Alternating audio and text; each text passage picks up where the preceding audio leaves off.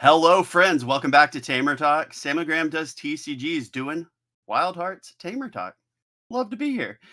Who else do I have with me tonight? It's Gareth, G Vader on the Discord. BP. Glad to have you both here. What have y'all been up to this week? Or the last 2 weeks, I guess it actually is. Oh. I will go first. But so we finished this basement, which I'm currently in.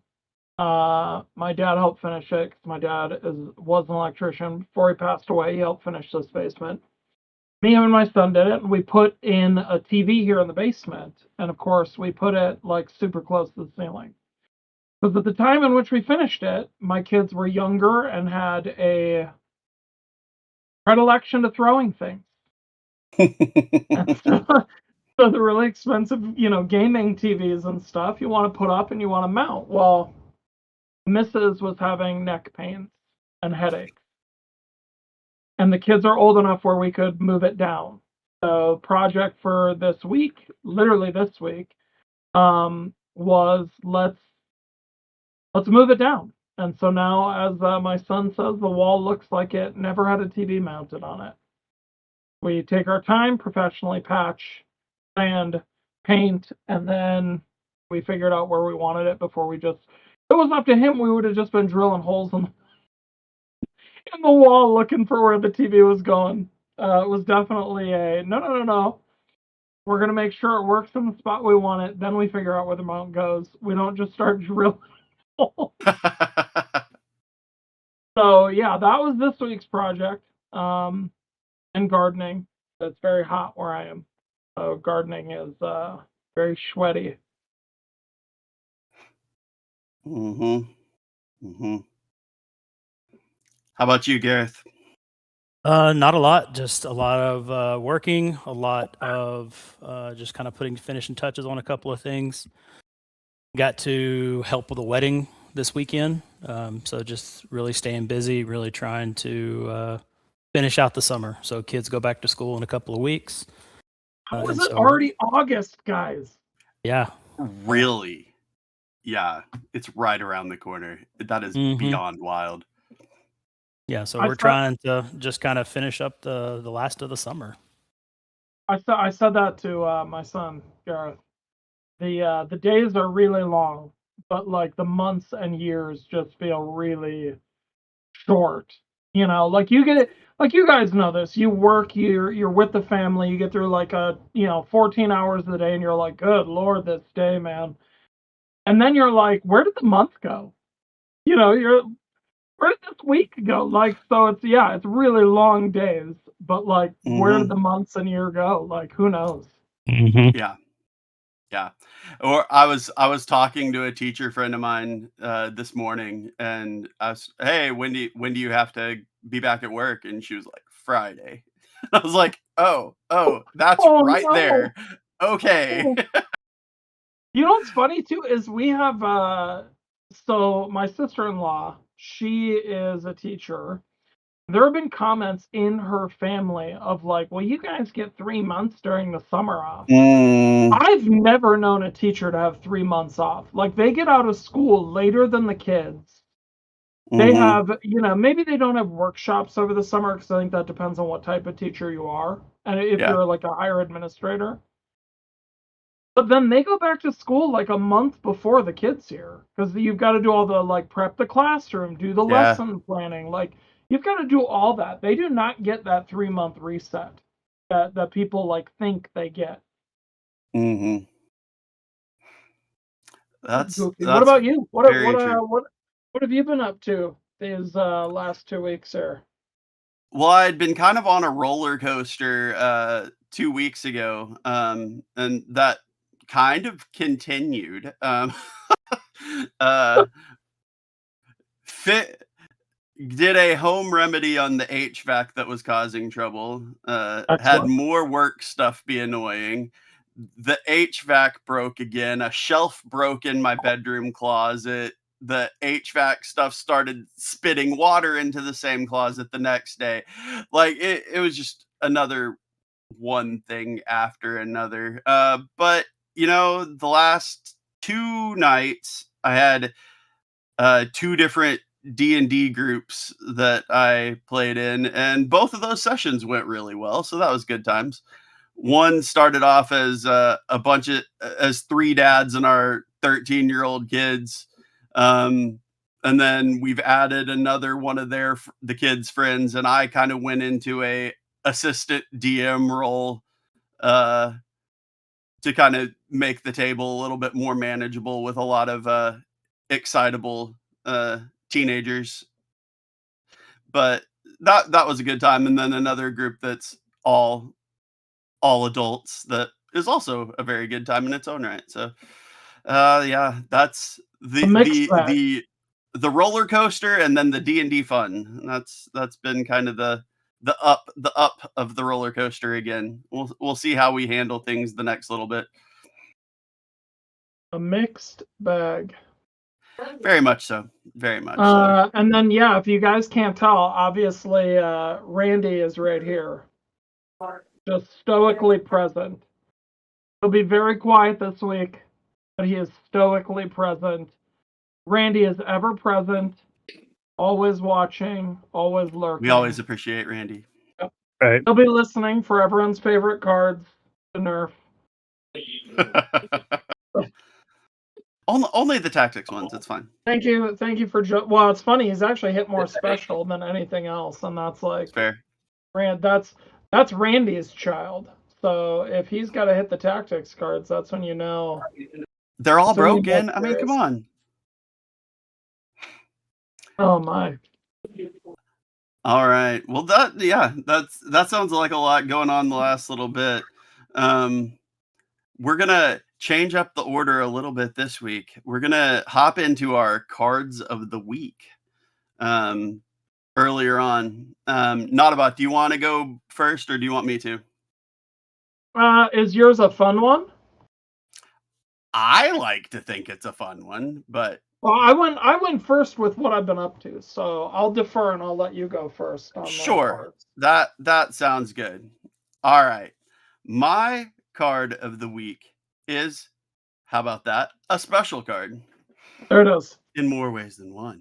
I'm going with Take Flight. It's one of those cards that I have grown more appreciative of the play ability of it. Like, I tend to use it as a support because it's just handy to have yet another move option or redeploy option for your familiars.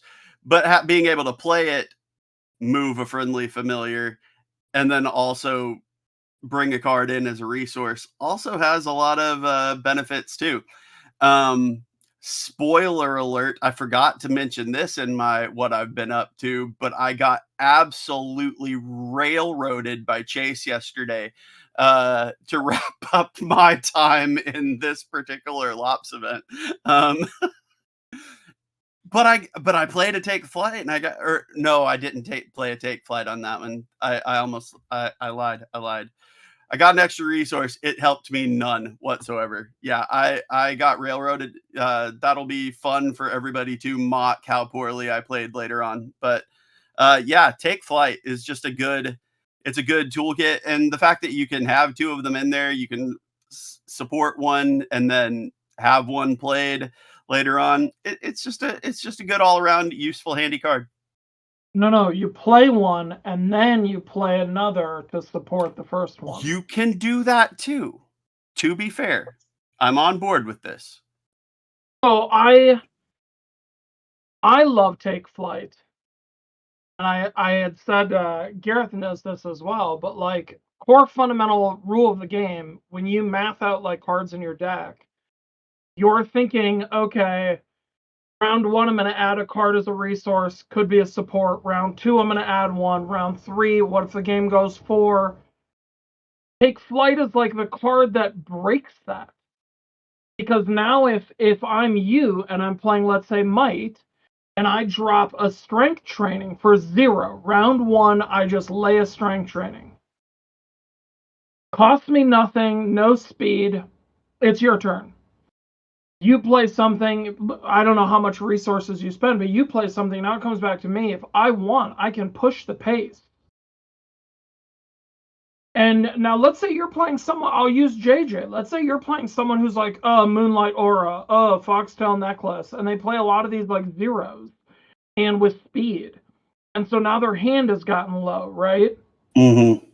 And then you just slap down a take flight, you move a familiar, you add that strength training as a resource. Now, going into round 2, you already have 2 supports. Mm-hmm. So you could possibly have 3 supports at the start of round 2. Your opponent's looking at maybe adding a second one, and you Right. have a resource up on them, hopefully. Obviously not if they're dropping foxtails, but you have a resource up on them. Yeah. And then I think the other thing it opens is relative to this Lops event, which is as Gareth drops off. It's always one of us. But if we're looking at like, I just glanced at the chat and he said he lost power.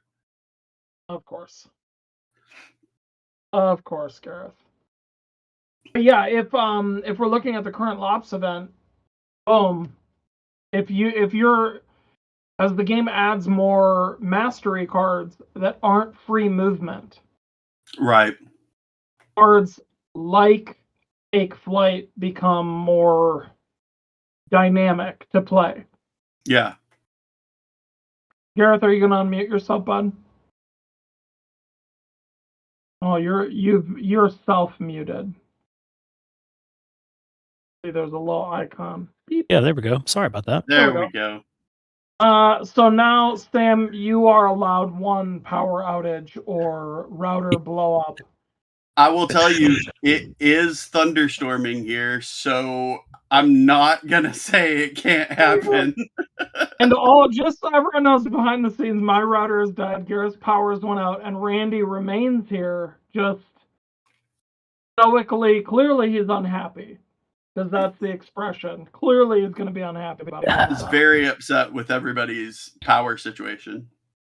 Gareth, when your power went out, though, I was just saying, like, Take Flight, the more, right, when we have those conversations about, hey, here's more mastery cards for the players to engage with that aren't free movement. Right. That play effect becomes even more dynamic as we go. Or here's more reasons you may want to ramp. Because now, ramp is ramp, right? Like, right. Yeah. Yeah. No, I mean, I love the idea of not having to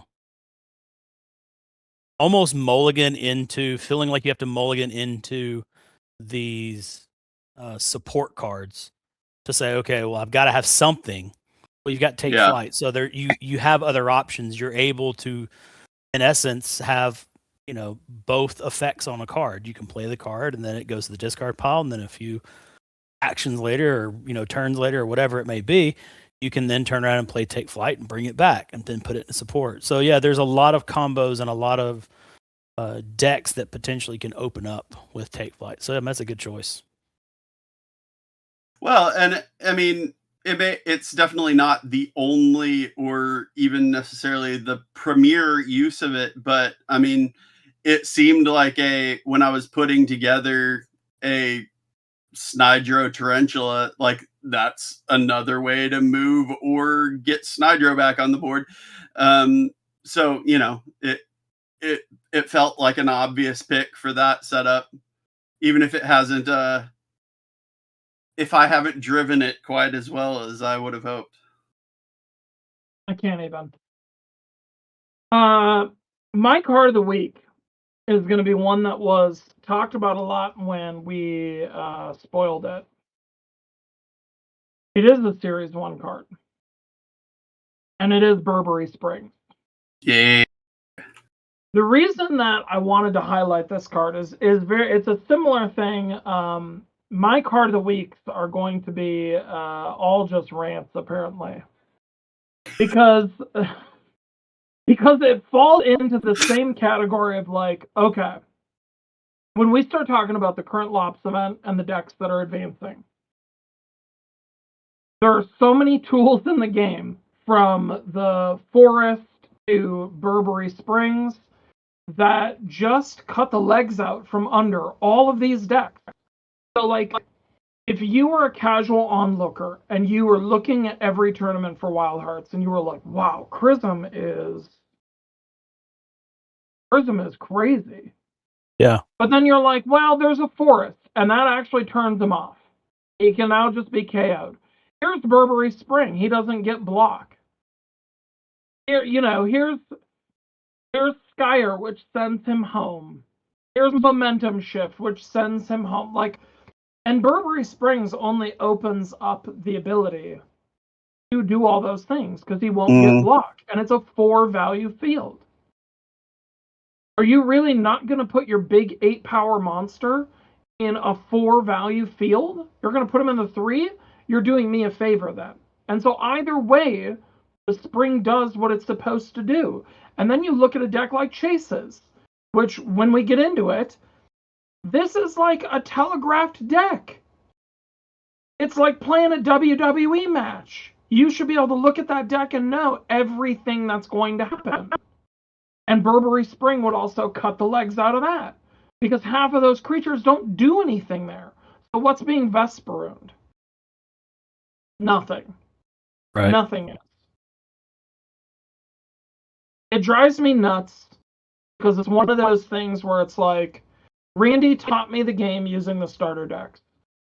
I know these cards, and I've sprinkled in a few other cards I'm comfortable with.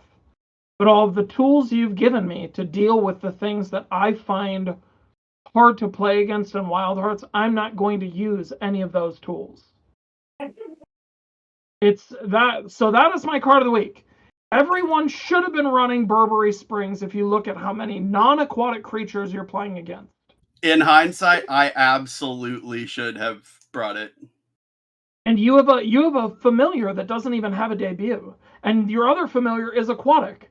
Yep. So like Burberry Spring for you is literally like, Gareth, back me up here. That is the sweet spot. Oh, I'm Lord.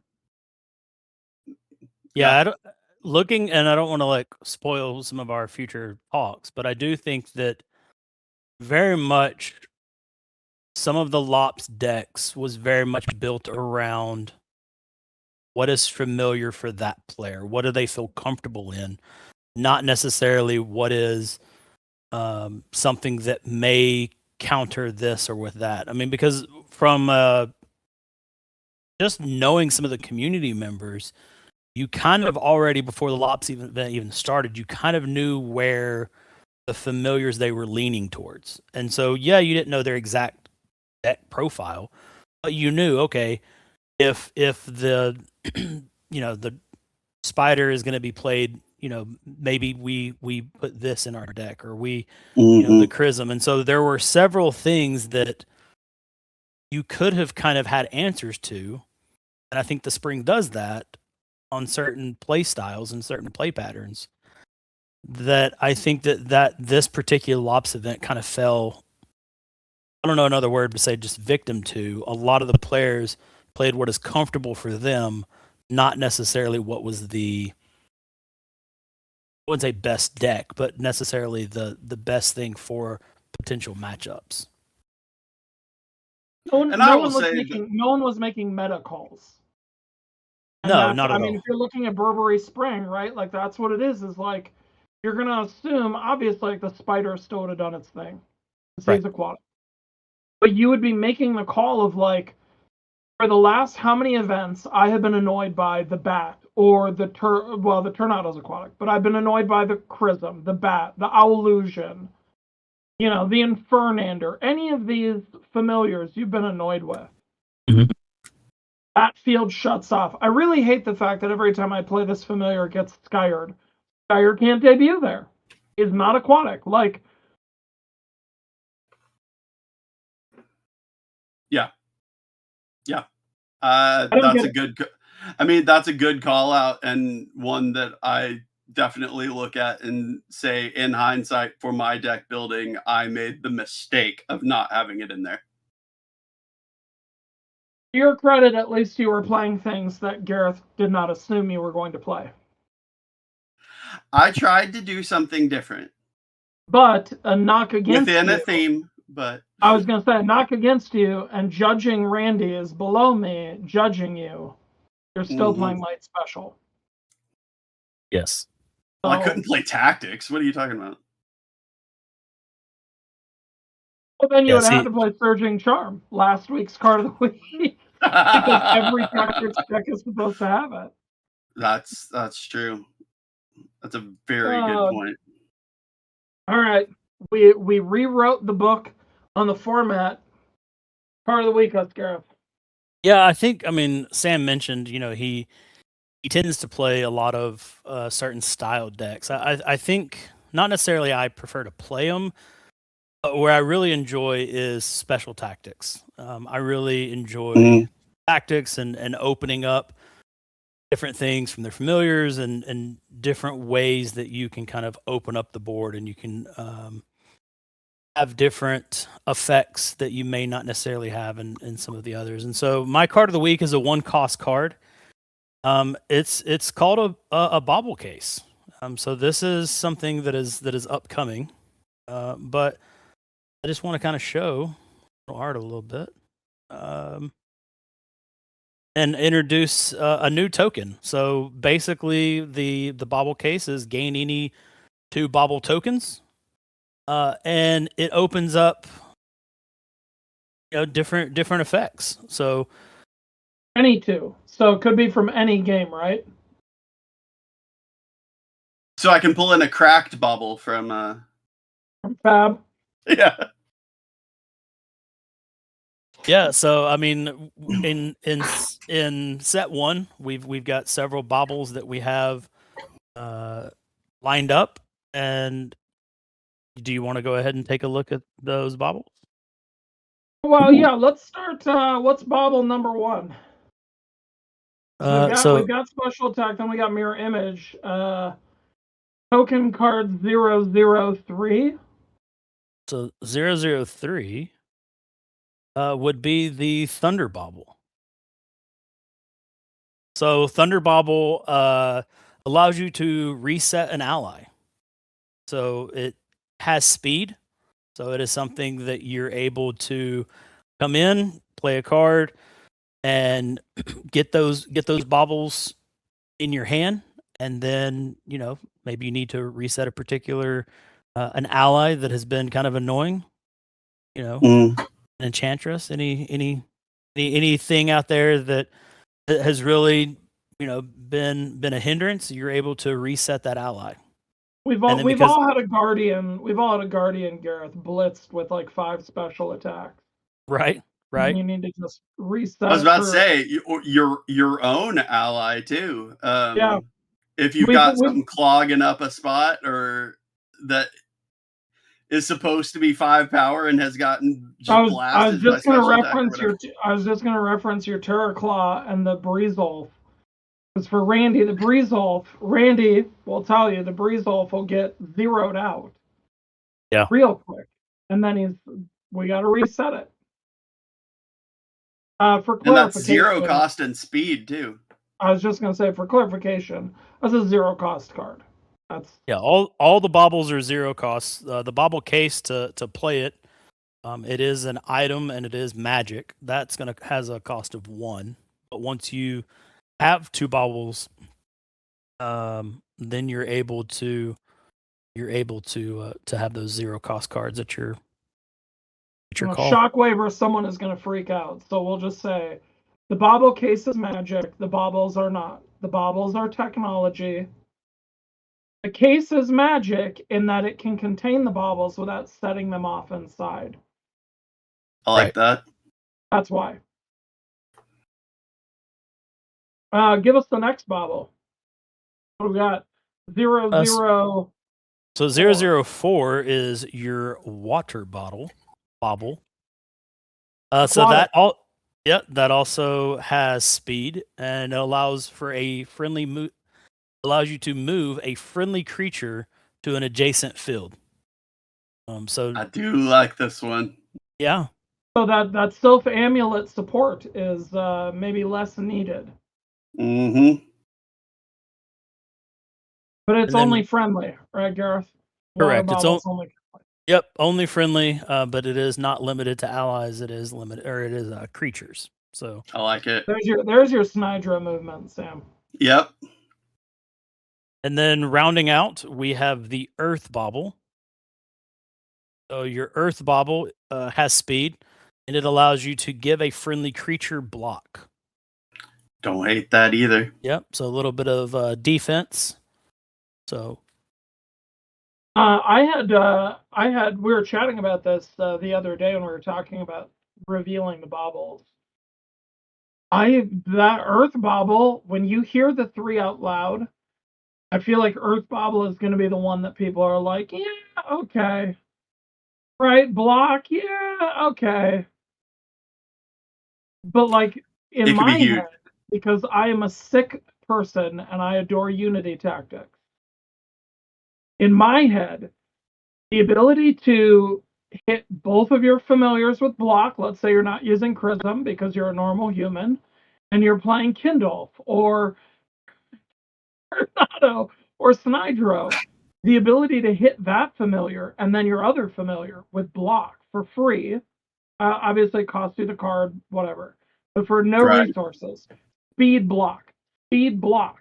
Now Right. you only need 4 allies on board. Drill in that bonus to VP for Unity time. Mm-hmm. So the ability to like chain Unity is oof. That makes me love Earth Bauble. That makes me love Earth Bauble. Yeah. Yeah, and I So think what do we think of baubles, Sammy? I'm a big fan. I mean, I have already kind of hinted at it. Like the one that I gravitate to the most right off the bat is the water bauble, just because I like my mobility. But I like I see the use case for all 3 of these. I think they will all have value for sure. Like that Unity tactics line, or just, not that I've played tactics special at this point, but like even thinking, all right, something's about to come after my monster Glaciafly. Let's give it block. Like, well, I was gonna say that the Rapture, right? yep. You're pumping up that Rapture, that Kindolf, the ability to pump them. What was the other one I was thinking of? Yeah. That one. Mm-hmm. You don't need to That really makes hit the perfect sense to me. Tornado with it, but everyone has tried to play Vesperoon and has had their allies cleaned out. So the ability to freely block an ally or 2 and keep them on board. Yeah. What's And the again, second? Oh, God. just being able to reset an ally, either yours or an opponent's. I mean, that's huge for the Thunder Bobble too. I like all 3 of these. I personally gravitate toward the water, but all 3 of them are obviously good. Well, yeah, I think the power to what Gareth was revealing there with the bobble case too is the power of the first half is any 2. Yep. Right. So you could pick 2 water, you could pick a water and a thunder, you pick, an earth and a water, like the combo of just what do you need right now? The whole tool belt idea. Yeah, what do you need? What's the second part of that card, Gareth? Because that bobble case has got a second part you did not. Yeah. You No. just Yeah. I stopped. I was saving it. Yeah. So you're gonna leave this card in play, and at the start of the next round, you're gonna draw 2 cards. So not only do you get access to movement or access to block or resetting, but you're also going to start drawing cards at the start of your round. So I think that especially making a combo like with the Earth Bauble where you're protecting some of your things, and then maybe you end up passing so that you can run low, and then especially if you have initiative, you pass, you've blocked, you've protected your people. Now you're drawing up 4 cards. So it is a nice little engine, especially with, like I said, I enjoy pairing it up with special, but there's several other styles that you can benefit from those baubles. And like any other token, they're not really aimed at a particular style, and so you can kind of mix and match and have access. And so it's pretty cool little card for a one cost item card. Now, what is the one trade-off for this though? When You it has want me to read the last sentence? And then you banish the Yeah. card. So it is removed. Ooh. There is not going to be this ultimate No loop recursion. and recursion. You want to bring two bobble cases to the table? Great, you can have access to it twice. That's all you get. But once you get that draw plus 2 extra baubles, you will be banishing it from the game. Yeah, it's not fair to say that this card alone has gotten me there, but I'm definitely thinking towards a build that includes tactics to try. It's just Once another it's one available. coster in tactics and a long list of broken cards. All of them, everything in tactics. But yeah, it goes into what Randy was saying last week with you only have 30 cards. And if you're doing the math, like Shaper Magic, Alistair's Guide, Bobble Case, Deep Bonds, Gareth spoiled last week, and then Drill Attack. Mm-hmm. If you're putting 2 copies of all of these in, guys, that's a third of your deck on just one cost tactics paper card. Right. Yeah. We just get to that point in Wild Hearts where, like, yes, like the cards are all really good, and you will have to make choices of like what is or isn't there. Mm-hmm. So why are we card of the weeking this though, Gareth? Why are we card of weeking this?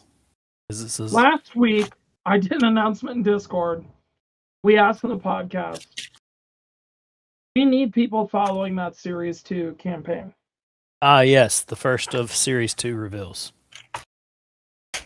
Series 2 has many cards that synergize with baubles. Some could be specific baubles. Some could be any baubles but different. But there are many baubles. So the token slot in Series 2, if by Series 2 you're going, Sammy, how many packs did you get? Because you're a degenerate. Several. At that point, you will have the special attacks and mirror images you need. Well, now that token slot is going to have a new token in it. 3 of them, actually. Which I love. Yeah, that's great. And yes, I am proud to say there are 3 watercolor colored pencil variants for those tokens in the Series 2 premiere. I like to hear that too. And I may start giving away those watercolor colored pencil ones. Those look really good on the wall. Yeah. Gareth gets first pick though. I was like, I could use. I respect that. Some because of his wall, obviously. Yes, absolutely. I could. That is a beautiful wall. Thank you. It's very bare. It's like we just moved in and we've lived here for several years, but Well, I know I made the joke about the air traffic controller headphones, but like no one would believe that that's what you have or are doing simply because the back has no alternating flights or schedule of other employees or emergency gear if you have to run out onto the runway. Like there's nothing back there. They'd never buy that story. That doesn't even look like the back of a utility closet. Just a blank wall. Blank wall. So yeah, that's the big thing is like Series 2 guys. If we can't get enough followers for Series 2, the plans for how we release the game would have to shift.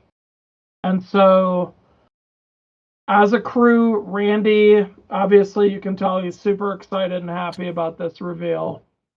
But everyone wants Series 2 to sort of, yeah, you're going to get some preview cards with your Series 1 campaign. We can talk about our progress in a minute.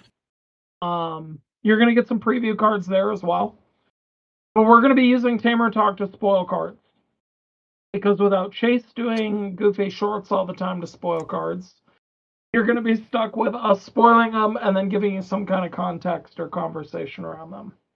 You're saying he's not going to just be falling out of trees and stuff? I mean, he can. I assume he is recreationally.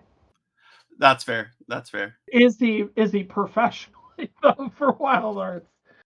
That's hard to say. Right. Garrett, did we want to jump into production stuff? We can, if that's where you want to transition to. I would love to hear about production stuff. Okay.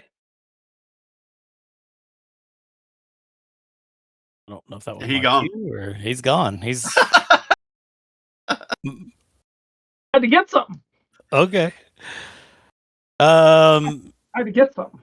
Yeah, so I mean we're going pretty well. There was some quality assurance things that were caught this last week and a half that we worked through that we're getting some things corrected. But as far as the card packaging, all of those are in production or have been in production, and then those have been given to the team to get them prepped and get them ready. The art prints have Chris, do you want to? Yeah. Okay.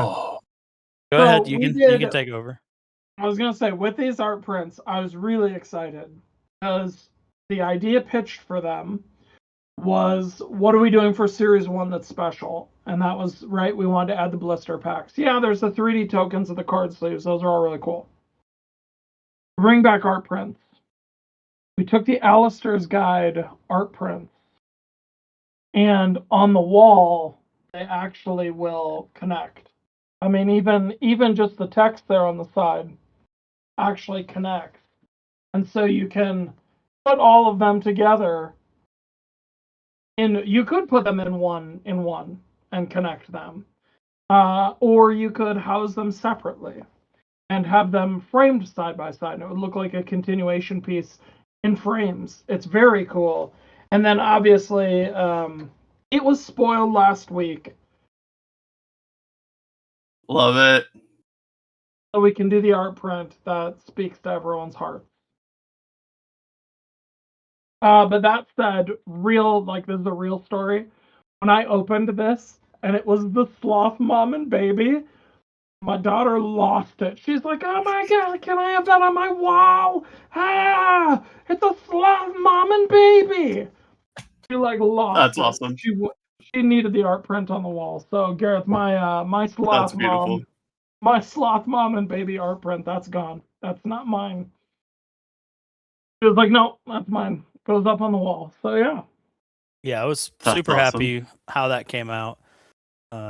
We went back to an older manufacturer that had done our original art prints and foundations, and so it was great working with them and getting these art prints done. So we much appreciated. I'm really happy with how they turned out. So going through, like I said, there were some quality things, not on the art prints, but on some other things that we needed to work. Yep. Look at that one line up. I love that. Oh, just excellent job on these, man. I could not be happier with how that turned out. Excellent job. Yeah, super happy. Super happy with how the art prints came out. Card sleeves. I've been, showing off different cards. Card sleeves turned out great. We've got some card sleeves going. I'm excited to get those in hand. What we promised. I mean, really thick, nice. Really happy with the quality that those turned out. So a lot of things are coming together. We've got a few more things that we're trying to cross off the list. Still working with manufacturing when it comes to some of our cards. We had talked about in the last podcast with them moving, trying to work out all of the timetables of when that's happening, and then them getting prepared for Gen Con and all of that. So there are a few things left that we're finalizing, and we're trying to make sure that we're getting production. But ballpark, I would say close to 65% of production is done in one form or the other. Either have physically made it to Wild Hearts North or Wild Hearts South, or or is in transit to us. So things are going really, really well for production. So yeah, and we get it. Everyone's excited to get and open Series 1 stuff. But like we said kind of in the last podcast too, depending on they're moving facilities, depending on that timetable, we may try to add in another digital event to, get some more interest and keep you all playing and keep you all, engaged and talking. And obviously, when we turned in our numbers to quote and for the manufacturer, that was factored in. Like, what would having a whole nother event worth of prizing look like? And making sure that the standards for that prizing, because obviously that's important to Randy and Gareth, myself. Like, it's important that the prizing for the events represents something exciting that we think is worth the entry price and is worth the participation. I made that joke to Shockwave, but like in reality, that is why we do the events. Realistically, there are a couple of people that might go through this event and win no matches, but they will have gotten to play the game with some exceptionally cool people. And the prizing for that participation, I think, does beat any participation prizing that I've looked at. So, yeah.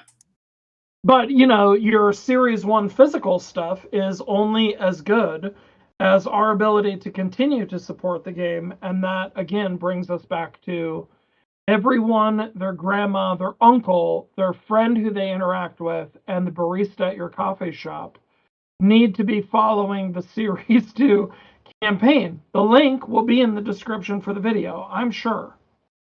Randy will have done that. So, do it. And have all those people do it. That simple. It's cheaper than a cup of coffee a day to follow the campaign. That is true. We all know JJ likes 0. Yep.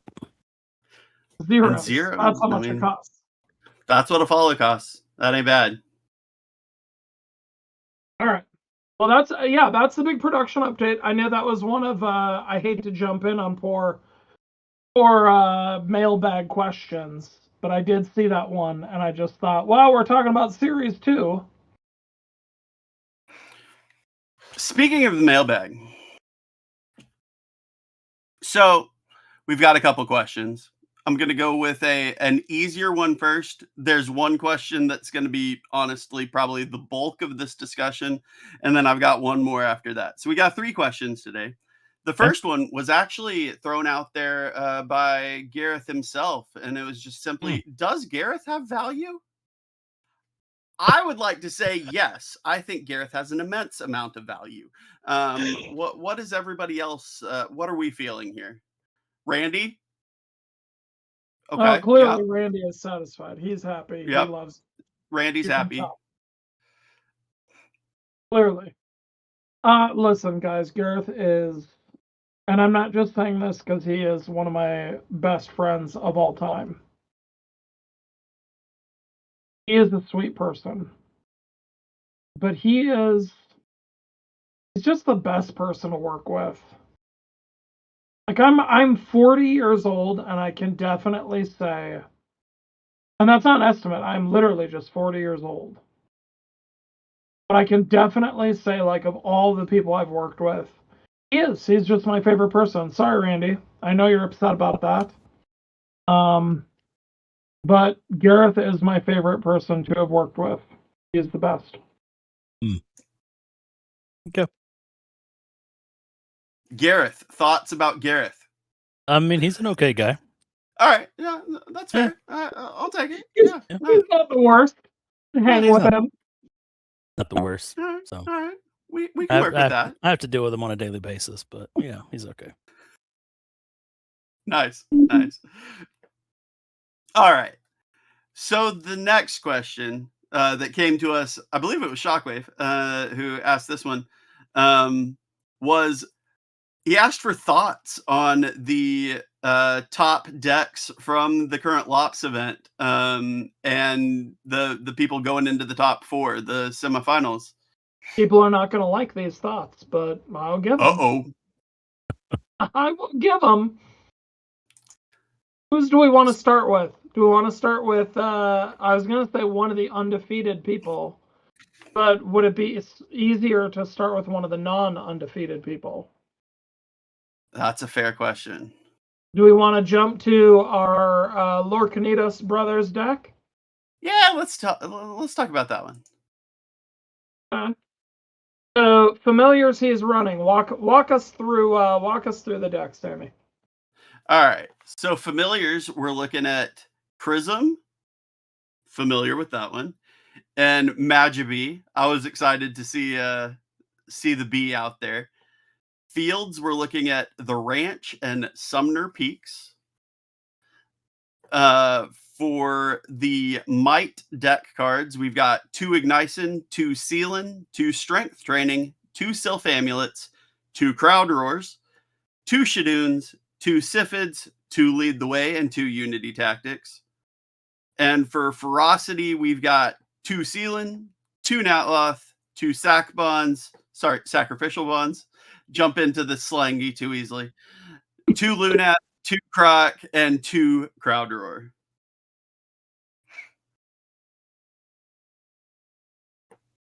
Gareth, do you have words? Go ahead. This deck is only advancing because you threw 2 matches, Sammy. Look, no, I didn't. I just suck. You threw back-to-back matches, and you know it. Listen, okay. This deck is advancing. I do like it. But it's one of those things where, like, I always ask this, like, how does that help your familiars? Why is Sumner Peaks in this deck? Prism, 8 power. Magibee, printed 5 power. You got 13 on 2 familiars, so we're well above the average, right? Not only that, we're well above the average. One of these familiars is rocking VP because Shadoon, Sealan, Siphid, Sylph Amulet, Sealan, Lunath, Natloth, Sackbond. What are we at? 16 of 30 cards are magic. Mm-hmm. So we're getting a VP 50% of the time on that debut. We're rocking it. And that Lead the was way. my experience playing against it, is that the victory points were flowing from that. And if we're hitting it with lead the way, you know, if you know what the top deck is, right? You deploy it, you debut, look at the top card of the deck. Hey, look at that. It's a magic card. I'm going to get a VP. I start the round. Don't mind if I do. Lead the way. Now the B is an 8. Let's hit the debut again. What's the top card? Oh, it's a magic. Give me another VP. I started the game off with 2 VP and I have 2 8 power familiars. I love that. And why is Sumner Peaks in this deck? Why is there a 2 value field in this deck? A 2 value field that buffs up allies. Are you having a problem in Might Ferocity buffing up allies? I've never had a problem. I can't imagine anyone playing it has. So is the bet that that's the field that gets removed from the game? Maybe, but I would still ask, why is it here? And this would be another one of those where, Sammy, I would point to and go, you know what would really stop the B and the Chrism and the Ignition and the I Siphid can't think of anything. and the Natloth and the Lunath and the Croc? You know what would really stop all of that? Burberry Springs. Nope. Part of the week, baby. Burberry Springs. Yeah. Yeah. I mean, Well, that's on point. oddly, I think this is actually, though, the deck of the 4 that I like the most, or dislike the least, however you want to frame that. Whether you're like Randy and you're a glass half empty guy, or you're like Sammy and you're a glass half full guy. You pick. But I think this is the deck that I dislike the least or like the most of the 4, because it's really hard to deal with early. Assuming the ranch is in play, assuming the rooftops are in play, I don't know what field you have, but that's at least 8 VP, right? Mm-hmm. And I have a 5 and an 8. Am I just on my familiars? That's a lot of pressure to put on your opponent early, especially if you can get the VP on the debut, especially if you can get, gosh, if the first card that comes out, Gareth, is all fields are live. Yeah. Mm-hmm. Or you pick which one is inactive. That is an equally pressure cooker of a card to flip. Now, obviously, the likelihood that this deck is going first in the Lops event is 0. Sure. Because it's an 8 and a 5. I mean, at worst, they're playing Skyson Chrism, right? And they're tied. Or, Chrism Trotham and they're tied. The likelihood that this is going first is very little. But yeah, you could go into round 2 just really putting the pressure on. Yeah. What do you think, Gareth? What did you think of this deck when you looked at it? I mean, I like the confidence of it. I think that this particular player, it's one of those that I had mentioned earlier that it very much is built around what's familiar. So a lot of the DNA can be pulled from the starter deck and then tweaked here and there. I do think the Sumner Peaks is one of those weird additions where it's almost like you put it in there with the expectation that it becomes the reserve field. You're kind of hoping that you're taking a gamble that that's going to be the thing that gets, or the thing that gets kicked. Not necessarily the reserve field, but the one that gets kicked. So it almost felt like something that you're not really going to play with. So I mean, because looking at some of the built-in combos, it's like, do you really even need that +3? Like, and if you do need the +3, you're not really wanting that actually as an active field because it's only worth 2 VP. So I agree that the inclusion was kind of a weird choice, but at the same time, I think that there are, especially when we do have special fields, there is that tendency sometimes to bring fields with the expectation that it's just kind of there because we have a limit, because we have to bring 2 fields. It's not going to be, yeah. Right. As a player, I have no intention of ever keeping this card. So there's that, and I think that's fine. But I do like the confidence. I don't believe this player has a side deck. Is that correct? If I'm remembering correctly. No side deck. So No it is. It is. I love the note that's in our deck builder. I got every Valentina card and built around it. So again, building around theme, not really building around the Chrism and Magibee. So just the, this is one of those decks where I can appreciate what the player's doing. There's some choices I probably wouldn't necessarily have made, but I do like the fact like that 8 0 cost cards. Right. It's a choice. That's a choice. But I do love that they, had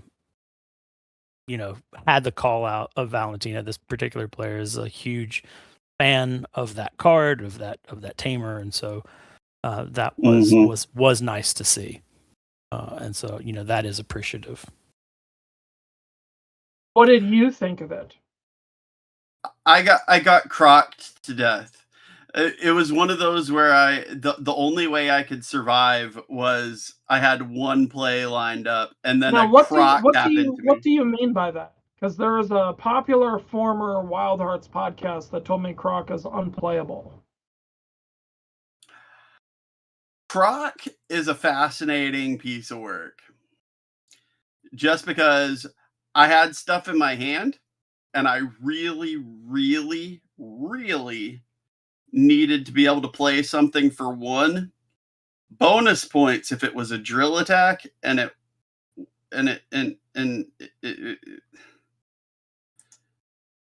anyway, what happened was I didn't get to do what I wanted to do because I got no one cost cards back when I put 7 back into my deck and then shuffled and drew 7. Not a thing that was remotely helpful to me.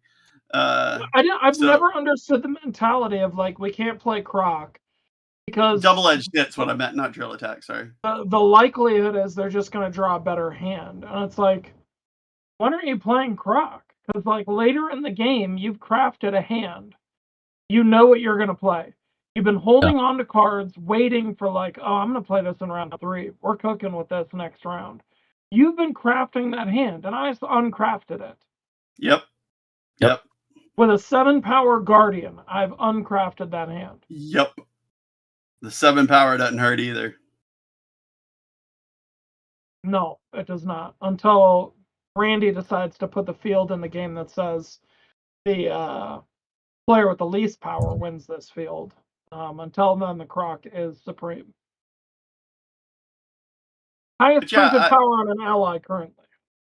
So I would say to y'all's point, some interesting choices, but at the same time, he handled it pretty well. He drove it pretty well. So Sacrificial Bond and the Crowd Roar in Ferocity actually make no sense to be in the deck together. They are antithetical to each other.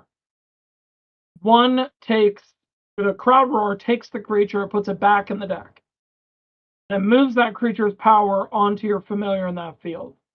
And then it might score you points if you have a certain amount of cards in your discard. You're playing the Magic, you're gonna. Because if you're not flipping a Magic, you're discarding a card to draw it. So the Sacrificial Bond, though, needs you to have the creatures on board so that you can get rid of them, get a resource, to draw a card. If you're getting rid of them with Sac Bond, you cannot Crowd Roar them, and vice versa. So these two cards are completely antithetical to each other, and I hate that they're like in testing, those would never be in the same deck because they don't do anything for each other, and Crowd Roar would not be in a Magic deck for the sheer fact of it's not Magic. Sacrificial Bond. But do you know what Crowd Roar is? No, the one in Ferocity is not Valentina. It's an Alistair card. But it's from the Tamer Challenge Valentina deck. Technically, that's how it's listed on the deck builder. So that may have been what he chose to do. But it's not her. It's from Titus, not Alistair. No, the fan mails are for Titus. Crowd Roar is for V. Regardless, I'm happy that I actually appreciate that line of thinking, though. That's a good point. I'm happy that the deck is doing well because it has Magic in it. That's the biggest thing for me. But the rest I was about to say, and this deck, I would say, is doing well because it has Magic in it to a certain degree. Yeah. So I want to talk about another deck that actually has the field that Chris loves so much. So do you want to move to the next deck? Let's do it. Well, the next deck I was going to hit was actually going to be the one in that deck's bracket. But if you want to jump to John's, Well, I think Dank is that just because I know how much you have talked about your love for the springs. So, well, his deck I will technically compliment the most. It'll seem like I like it the most. okay. I do not. Okay, so do you want me to go ahead and read what it is, or Sam, do you want to take care of that one? I could go for it. Let's do it. So this is the specialist of attacks is the description of the deck too. Yep. So we got familiars, we got Chrism and Tarantula, Fields, Griffin's Crag, and our beloved Burberry Springs. Smart man. For the special main deck cards, we've got 2 Siltsune, 2 Pikera, 1 Take Flight, 2 Moonlight Auras, 2 Enchantress, 2 Terraclaw, 2 Foxtail Necklace, 2 Suna Sticks, 2 Double-Edged Hit, 2 Pengust, 1 Special Power. For Before ahead. you move further. Yep. Akira does not have a debut. Pengast, Enchantress, Terraclaw all have what common trait? They're all aquatic. Couldn't think of one. They're all aquatic. So he's not really, so far, he's not hurting himself with that Burberry Springs at all, is he? Not so much. Not so much. And then Might, we've got 10 main deck cards there. 2 each of Slam Attack, Strength Training, Airing, Sylph Amulet, and Ignition. And then we have a side deck made up of 2 Terrachicks, 1 Reset Spell, Snydro as an alternate familiar, and 2 other fields, Arcanum Swamp and The Ranch. I'll just point out that from a technical standpoint, John has Arcanum Swamp, Burberry Springs, and Griffin's Crag. He has 3 answers to problems you have all voiced. John has not complained about any of the problems in Wild Hearts games. John has the solutions to them in his deck. Now, you could say, well, Ignition and Airing and Siltsune are not aquatic. And yeah, don't play them there. And none of them are 3 cost or higher, so how'd you play them in Griffin's Crag? Ooh. But the bet that John is making with this deck, with a printed 12 attack, is likely, again, one of these fields isn't going to survive. Mm-hmm. And so he is basically going to be able to just pick Swamp, Spring, Crag. What does he need against you? And that's the field that's going to be put in play. Yep. Now, I don't love that this has Chrism. I think that's silly. And I think he should have just committed like you, and I think he should have ran the snake. But Chrism's neat. Or I think I mean, there's way too much draw on this deck already. Like, the speed in which you're going through these cards is likely... No, well, I shouldn't say draw. The speed in which you're going to go through these cards because of cost is already pretty high. So maybe... Because that's where technically I get into... There's only 3/3 or higher cost cards. If it wasn't John playing it and it was anyone else, they would run out of steam.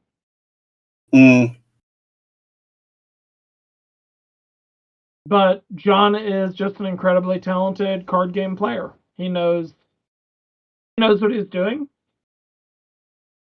To be fair, John did win our first ever starter deck tournament. So when John competes, John does win. Yeah. I like it. We knew that Tarantula was going to be in some of these decks, though. You can't have 50% Tarantulas being played and not have 2 of the 4 in the final 4 be Tarantula. Lots of That'd be so weird. Did you have any additional thoughts, Gareth, on this one? I know you kind of wanted to look at this one I mean, this specifically. is of the four, this is probably my favorite deck. Boo! This is more my style of play. I personally, not on the podcast, but in the community, have voiced my distaste for Chrism.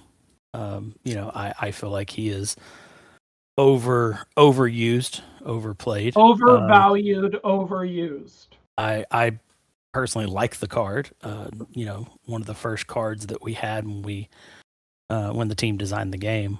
But outside of that inclusion, I don't even necessarily know if I know, who necessarily I would substitute in. Probably the snake, but outside of that, I like where he's going. I do think that, from my perspective, it's a very choreographed deck.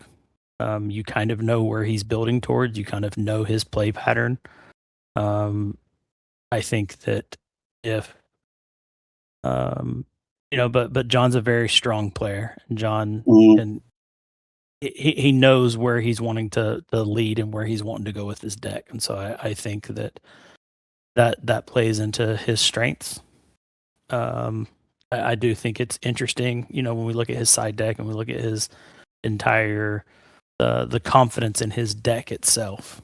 The fact that, of his side deck, two of those are builds and one of those is another familiar. And so he's very much consistently with his deck of, like I said, he knows the kind of play pattern that he wants to create and that he wants to make. And then depending on who his opponent is or what the play pattern, or semifinals and finals, being able to have that access to that side deck to be able to make substitutions as he sees fit. Yeah. So I know I like it. I like that both of them are four VP fields. And he's got the ranch as well. So like I said, of the four, as far as play patterns and things, this is up there. I would say your telegraphed thing, though, is like that would be the problem right now with Randy's not here, so I'll talk up Randy for a moment. Randy's right here. What are you talking about? Well, Randy is not able to speak. Oh, okay. So I'll speak for him. I would put the same thing though on Chase and John, of like knowing them and looking at these decks. Yes. If any of us sat at the table, I would know exactly what they're trying to mulligan and play out round one. It would be very easy to play around. Like Chase's deck I played against maybe a million times.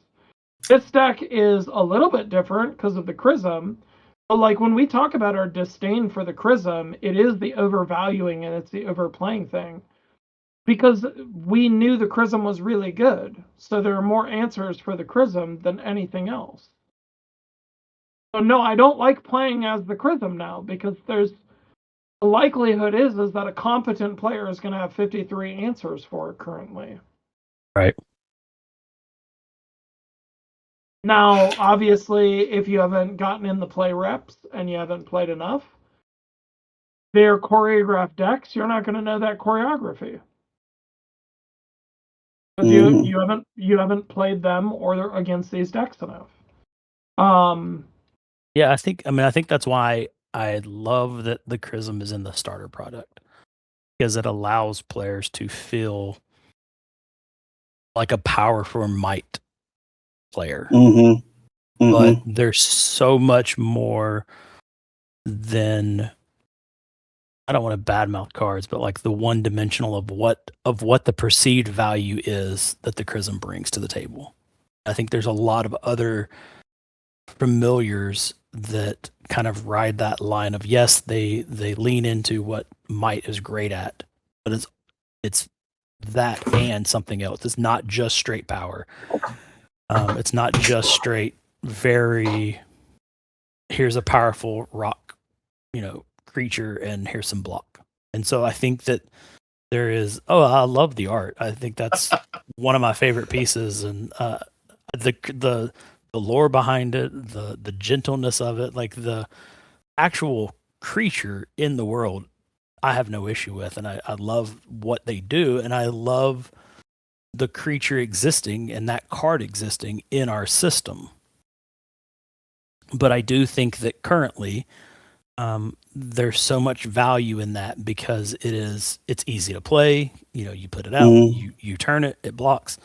But to Chris's point, as we kind of expand and as things go, there's so many things to say, okay, this is how I can shut this off, or I can, sure, if maybe he can't be KO'd, but I'll kick him back to the bench.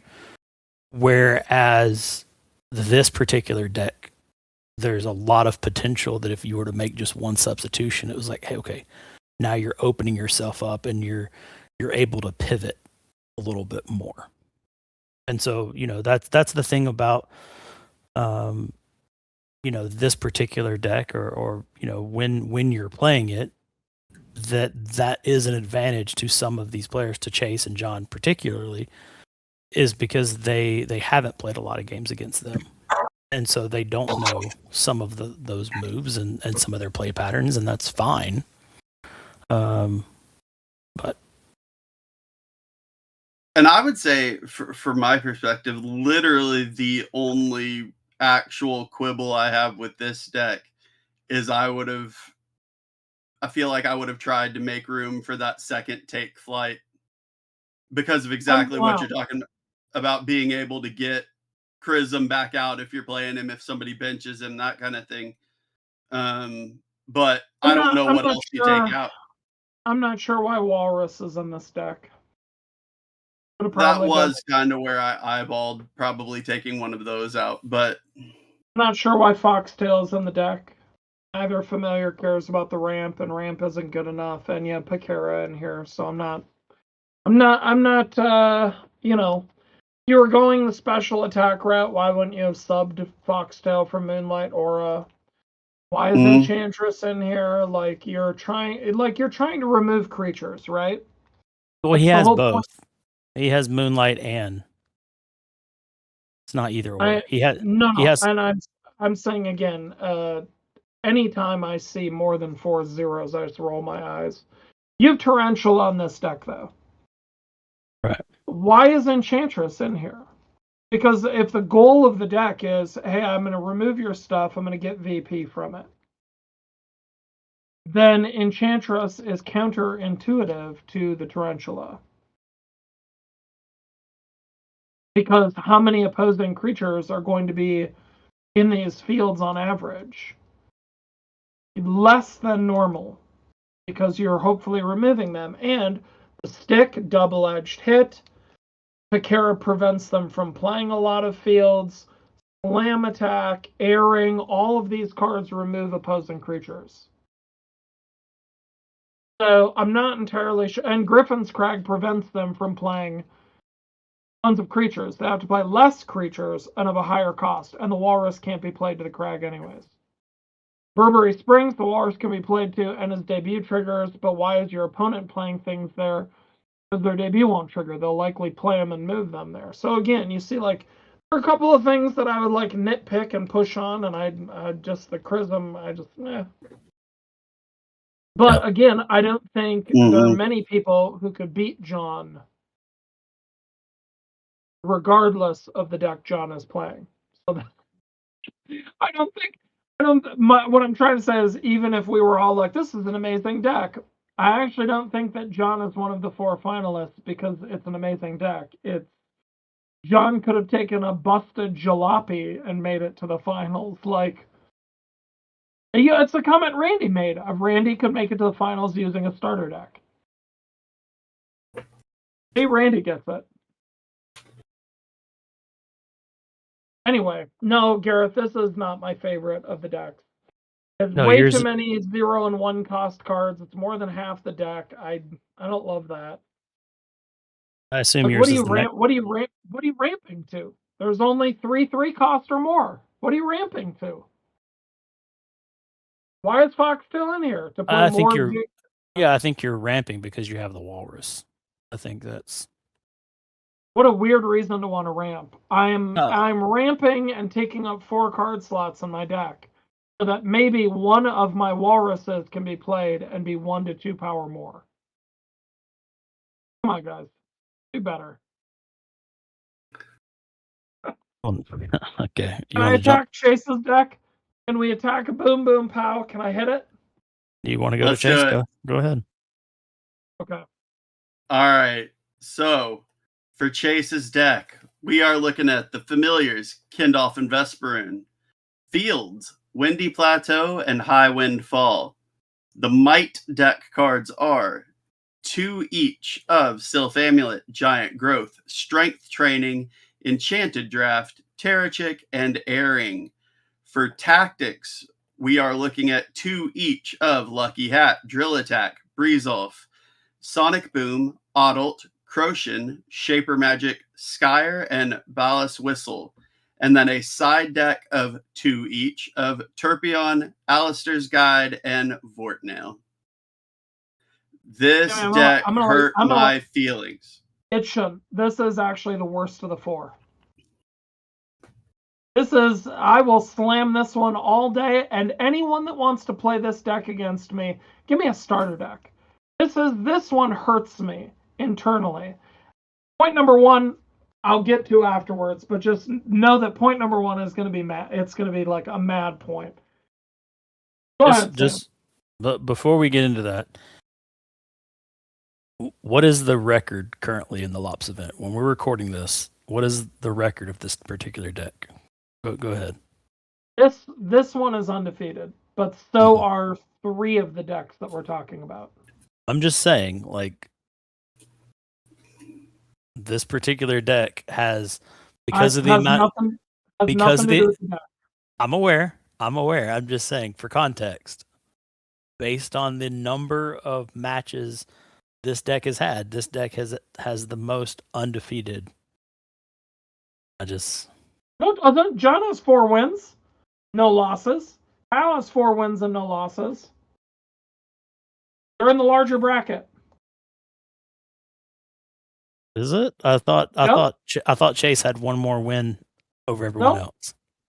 Chase will have 1 more win than the bottom card of Group B, but he'll have 1 less win than the top card of Group B. Okay. And remember, these groups were organized. People who had higher Tamer points after the last series had more favorable matchups. That's why. Right. Okay. Anyways, Sam, Sammy, go ahead on this deck, but I'll needle this one in just a very big way. This one, I did not have a good game against this deck. I don't even. It just had an answer for everything that I was trying to do, and my luck of the draw was not there to be able to come back from it. Spoilers if you're seeing this before my recording of that video or that game accidentally gets deleted. I mean, gets posted. But it ended round 2.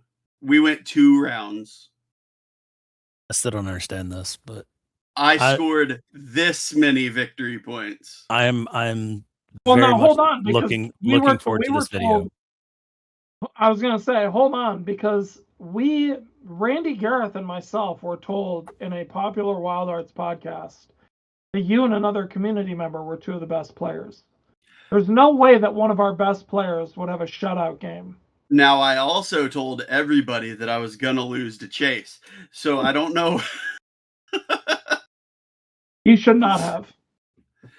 I mean, I always have to temper this with not to take anything away from his win, because he took every opportunity he was given and knew to take them and was able to put the game away.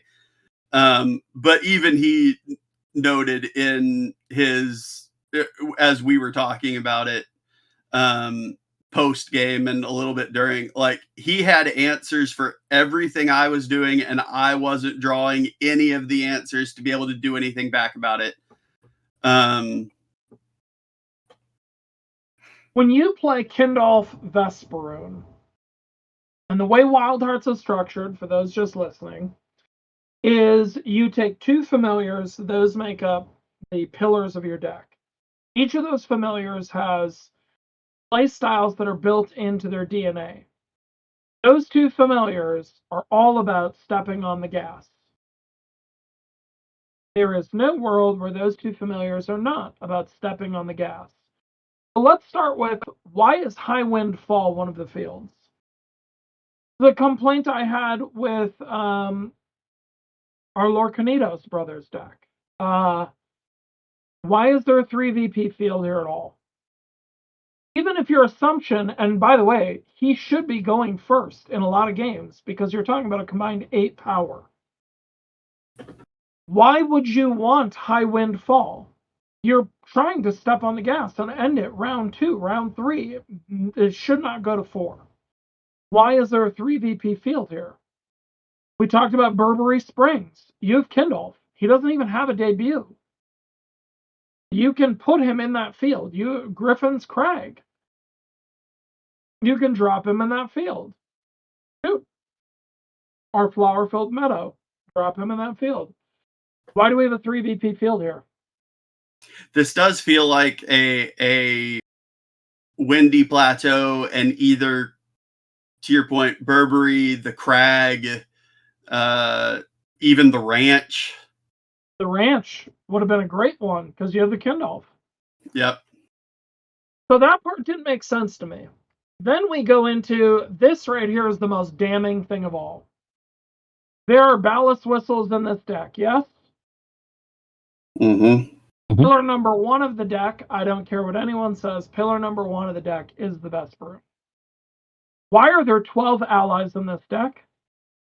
If your deck is 30 cards and there are 12 allies, and let's assume half of your first hand is allies, 3. You have 9 allies in deck. 9 out of 22 cards, 23 cards are allies. You ballast whistle. The likelihood that you're actually going to pull allies is wildly tiny at this point.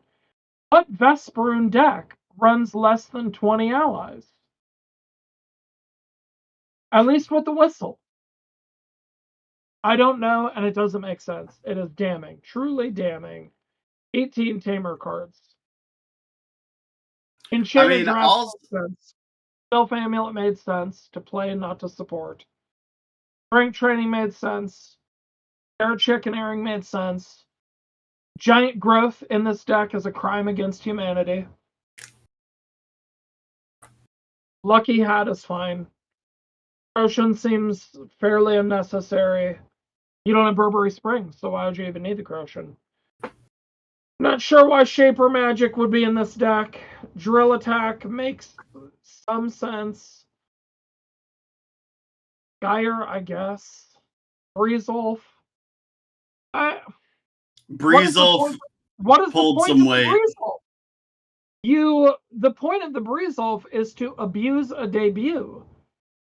The Vesperoon's debut, though, would require you to have Herpians in play or something in play that made sense to abuse. There's nothing to abuse. You're going to what? Put the Kindolf back on the bench and redeploy him? Why? He has no debut. Adult. That's a waste of a Breezolf. Adult is... Who cares? The Breezolf on Vesperoon coming back in, doing Adult again, is a big part of what ended the game in round 2 for him against Protect me. your stuff. I don't know what to tell you. Protect your stuff. You know what could have done that with less steps? Just drill attacking your own Adult. And then playing it later. Because again, if the whole point is Adult's going to be on the board and you need it on the board and live to do what you just described, well, then it can't be ballast whistled, can it? No. So, also, if we're looking at ballast whistle, the power spreads are absolute nightmare scenarios for me, because in tactics you have a 4, a 2, a 1, and a 3, and in might you have a 2 and a 3. That's it. So all of these are nightmare scenarios where, like, you whistle and you could get 1 adult. Mm-hmm. And now you've paid Or 3 2. or 2. Now you paid 3, and that's what you're looking at, and that's likely a game loss. So I actually hate this deck because it doesn't commit to either of the familiars. And it doesn't split the difference either. It's like a deck that leans to Kindolf. The Vesperoon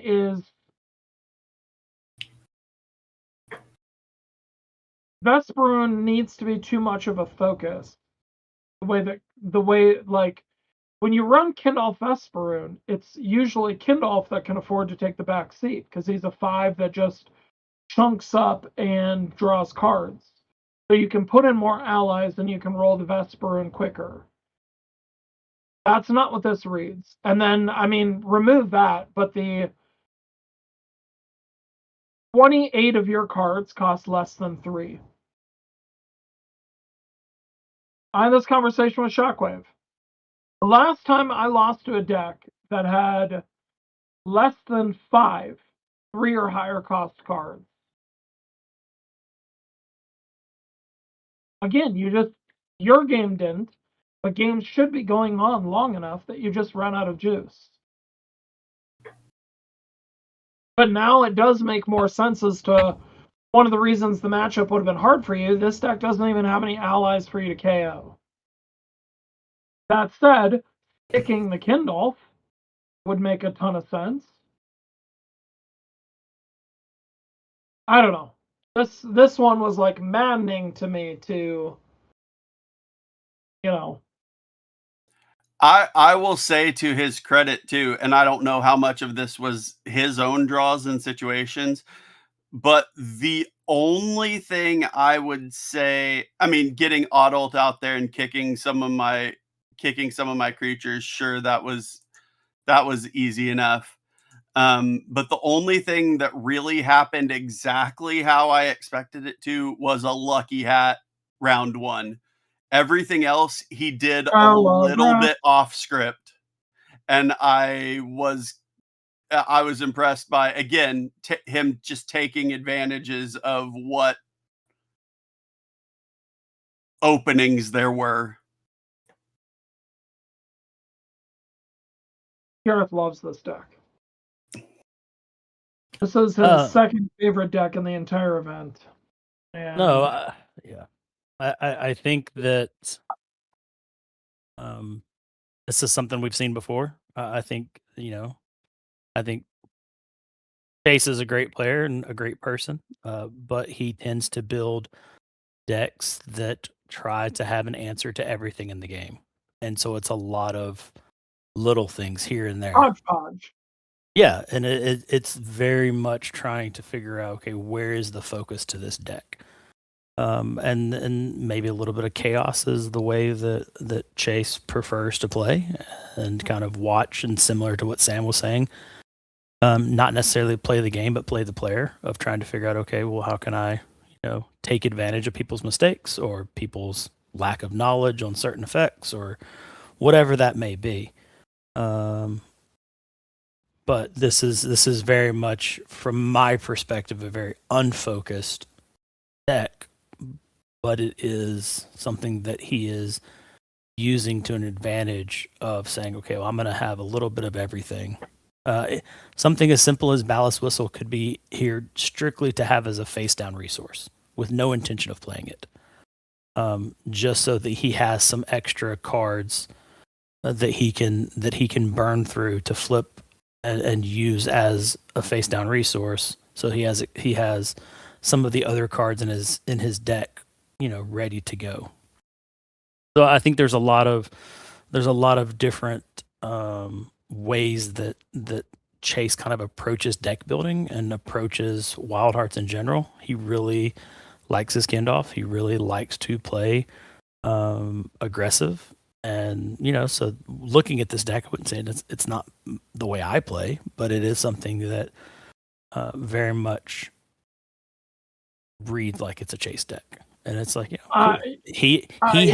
He has fun playing this game with this kind of deck. And so that is fun to watch him enjoy this deck.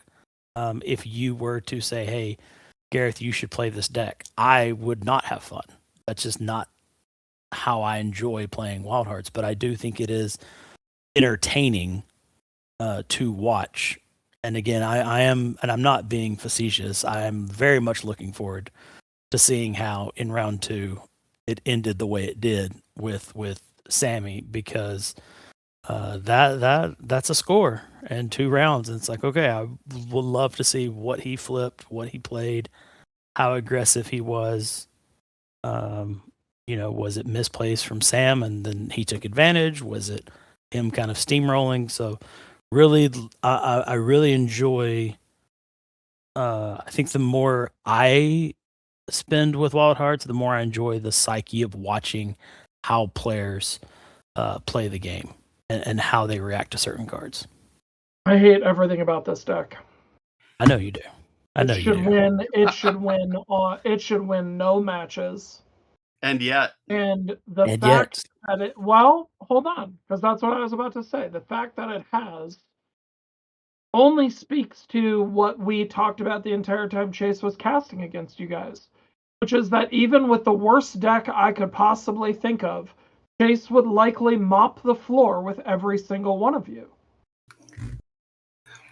We don't say those. We don't say those things just to say them. Like I mean that. Like Chase knows enough about the game and knows enough about the cards, where I think if you were like, this is the worst familiar combo in the game, I think Chase could probably still take it and toss a bunch of you around like rag dolls. As Gareth said, that just speaks to how familiar he is and how talented he is. Right. Obviously Chase has competed in Gundam and Digimon and Magic and other games. It's like he's unfamiliar. Wild Hearts is different, but that doesn't mean, that he hasn't taken those skills and while he was behind the scenes with us. Yeah. Yeah. Can we talk about my favorite deck of the 4? Can we talk about my favorite? No. Oh, okay. Oh, fine. A spider and a dino, huh? Is it just because the dinosaur is in the deck? I think that's what it is. All right. Let's talk about it. We've got 2 familiars up top, Rapture and Tarantula. We're looking at Fields. That's an error on the page, just so you're aware. I was about to say, hold up. What's going on? No, it's the Glade and the Crag. Okay, Glade and Crag. Okay, I was going to ask then for clarification there because I was like, that doesn't look right.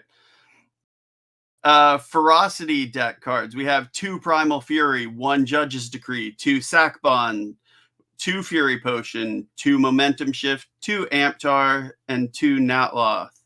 Then for special, we've got 2 Pengos, 2 Galsune, 1 Spirit Shackle, 2 Shorafin, 1 Foxtail Necklace, 2 Siltsune, 2 Terraclaw, 2 Take Flight, 2 Sunistic, 1 Enchantress, and then a side deck of an additional Enchantress. Yeah, the special power is actually in the deck. The inlet is in the side deck.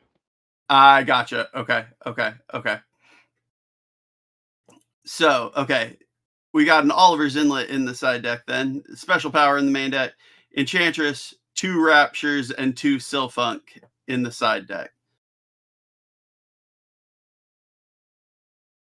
This deck should not work. So we built an event where we took away free movement. Well, it's gone. There's no flip the inspiration, right? There's no freebie. But the thing is round 1 for this deck, that doesn't really matter unless you were playing against Trossum.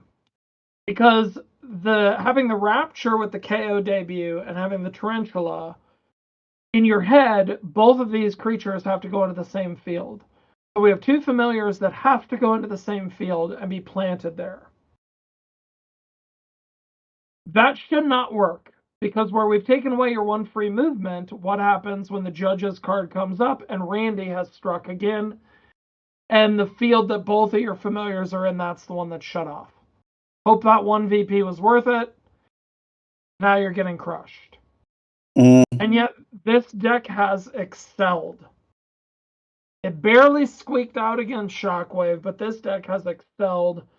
Some of that is, again, Kyle is a very talented card game player.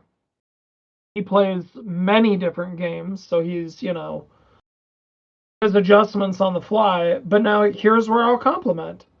How many zero-cost cards does Kyle have in his deck?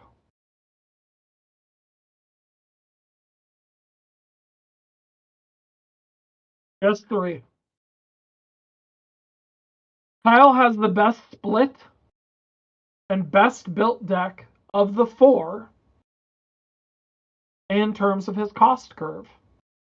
It would be looking at like a perfect V in Hearthstone. Kyle's cost curve is superior. The way that he has structured this deck, it is fantastic at controlling the game early. It does not run out of steam late game. The fields that he has are controlling enough to push boundaries. Having momentum shift in here, having Judge's Decree in here, having Primal Fury in here, having the stick in here. This man has answers for everything late game. Having Gale Sine in here. This is the only special deck, guys. All of those tarantulas. And here's where Gale Sine sits. Making his creatures blocked up. Like, this has popped. This has done the work. I love seeing someone running special power. I love seeing Primal Fury. Single Judge's Decree, smart, because when are you ever playing 2 in a match? If he can hit you with a surprise like round 2, round 3 Decree and steal a game, this deck has it all, man. This deck has it all. And having Shorafin as a support, having Fury Potion as a support, being able to, knock out your Penghast, get it back in hand. Now you've got a mirror image. You've got the special attack tokens in deck. Now you're able to play the Penghast again, get another 3 power on the board, get another couple of special attacks, or bust that the Silt Sune up. For having 2 familiars that, like I said, I hate those 2 together because they make you play them to the same field. They don't early game. And if you can get through the early game without losing point advantage, you can take those calculated risks as the game goes on. Kyle's done a phenomenal job. Remains going into last week undefeated with this deck. He'll be in the undercard no matter what. Even if he loses to John, he'll move on. It'll just be, is he moving on to play our Lorcanitas brother, or is he moving on to play Chase? He moves on to play Chase. That will be funny because both of them knew each other from Digimon. So that to me will be like a fun matchup. If he moves on to play our Lorcanitas brother, I'll be a little sad that we may miss the Chase Kyle match, but like having Stone Cold Steve Austin and The Rock in your stable, guys, and scheduling matches with like D-listers. Not to take anything away from John or, I'm just saying, like, you see Kyle and Chase, and I don't want them to play. I kind of just want them to play each other. Maybe it'll be in the finals, But yeah, so this deck, it just has it. It has the juice.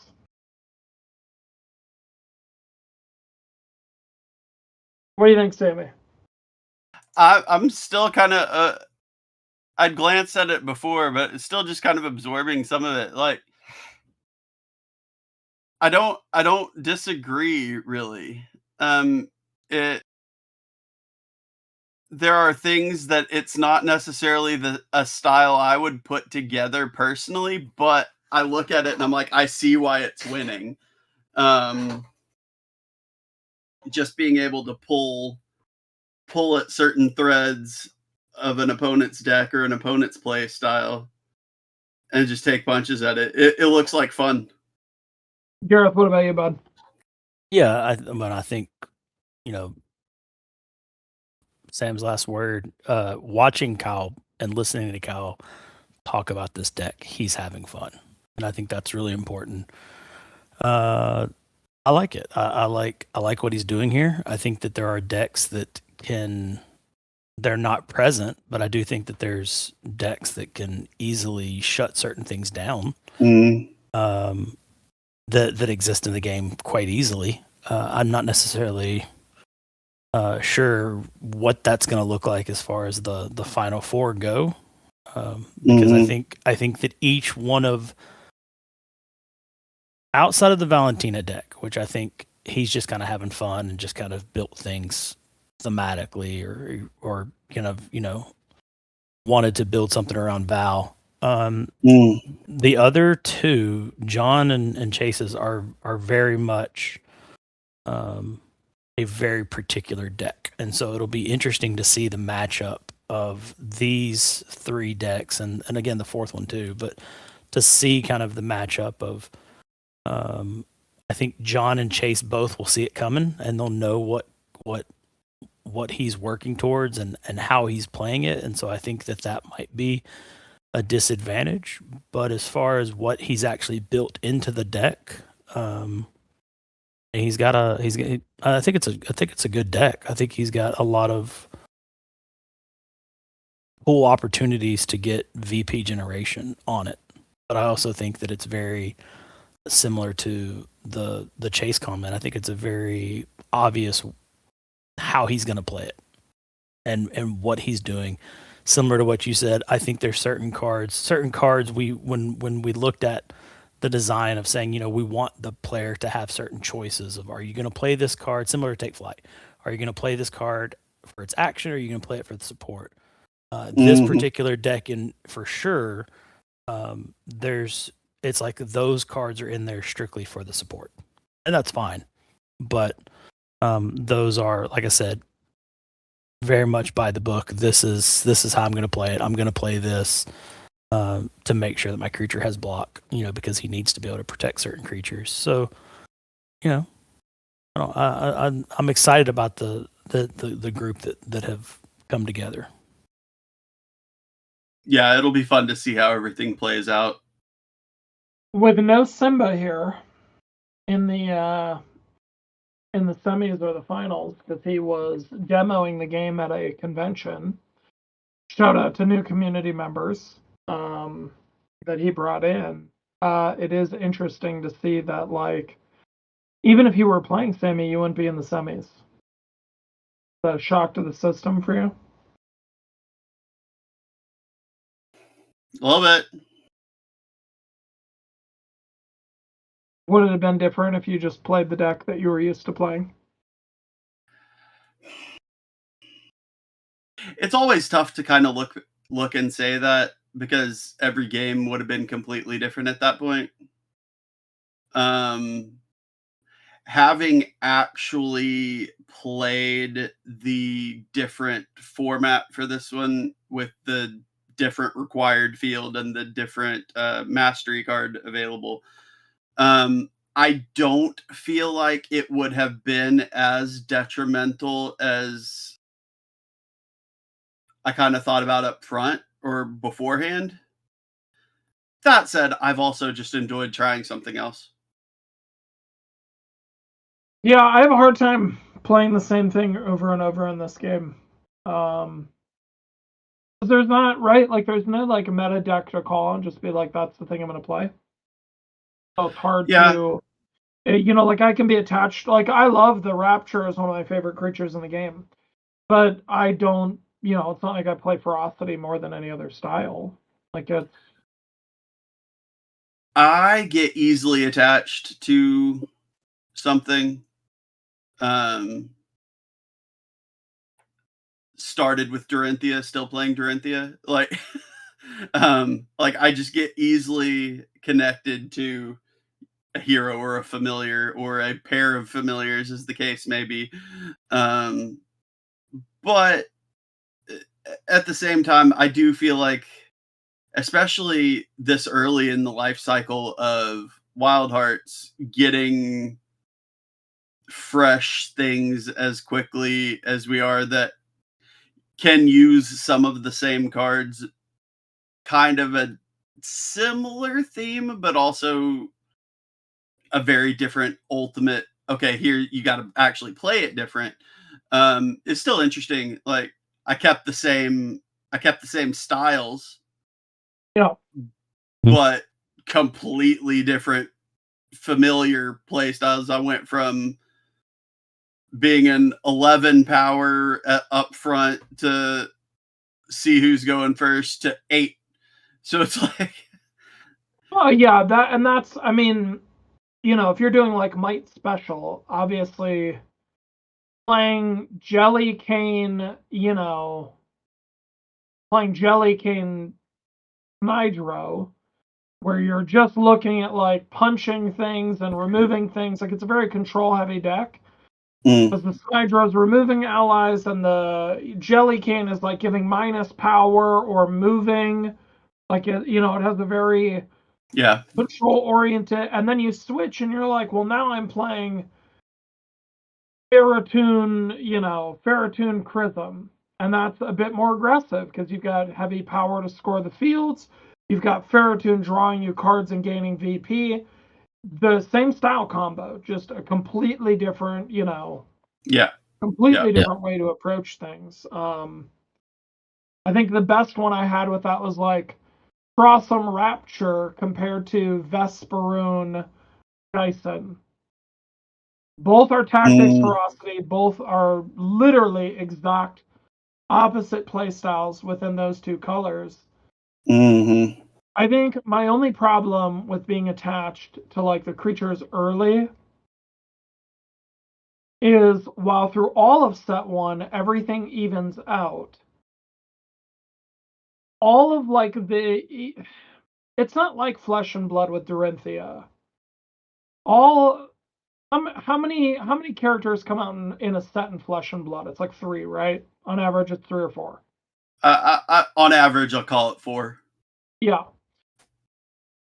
Every series we do 5, but we started with 12.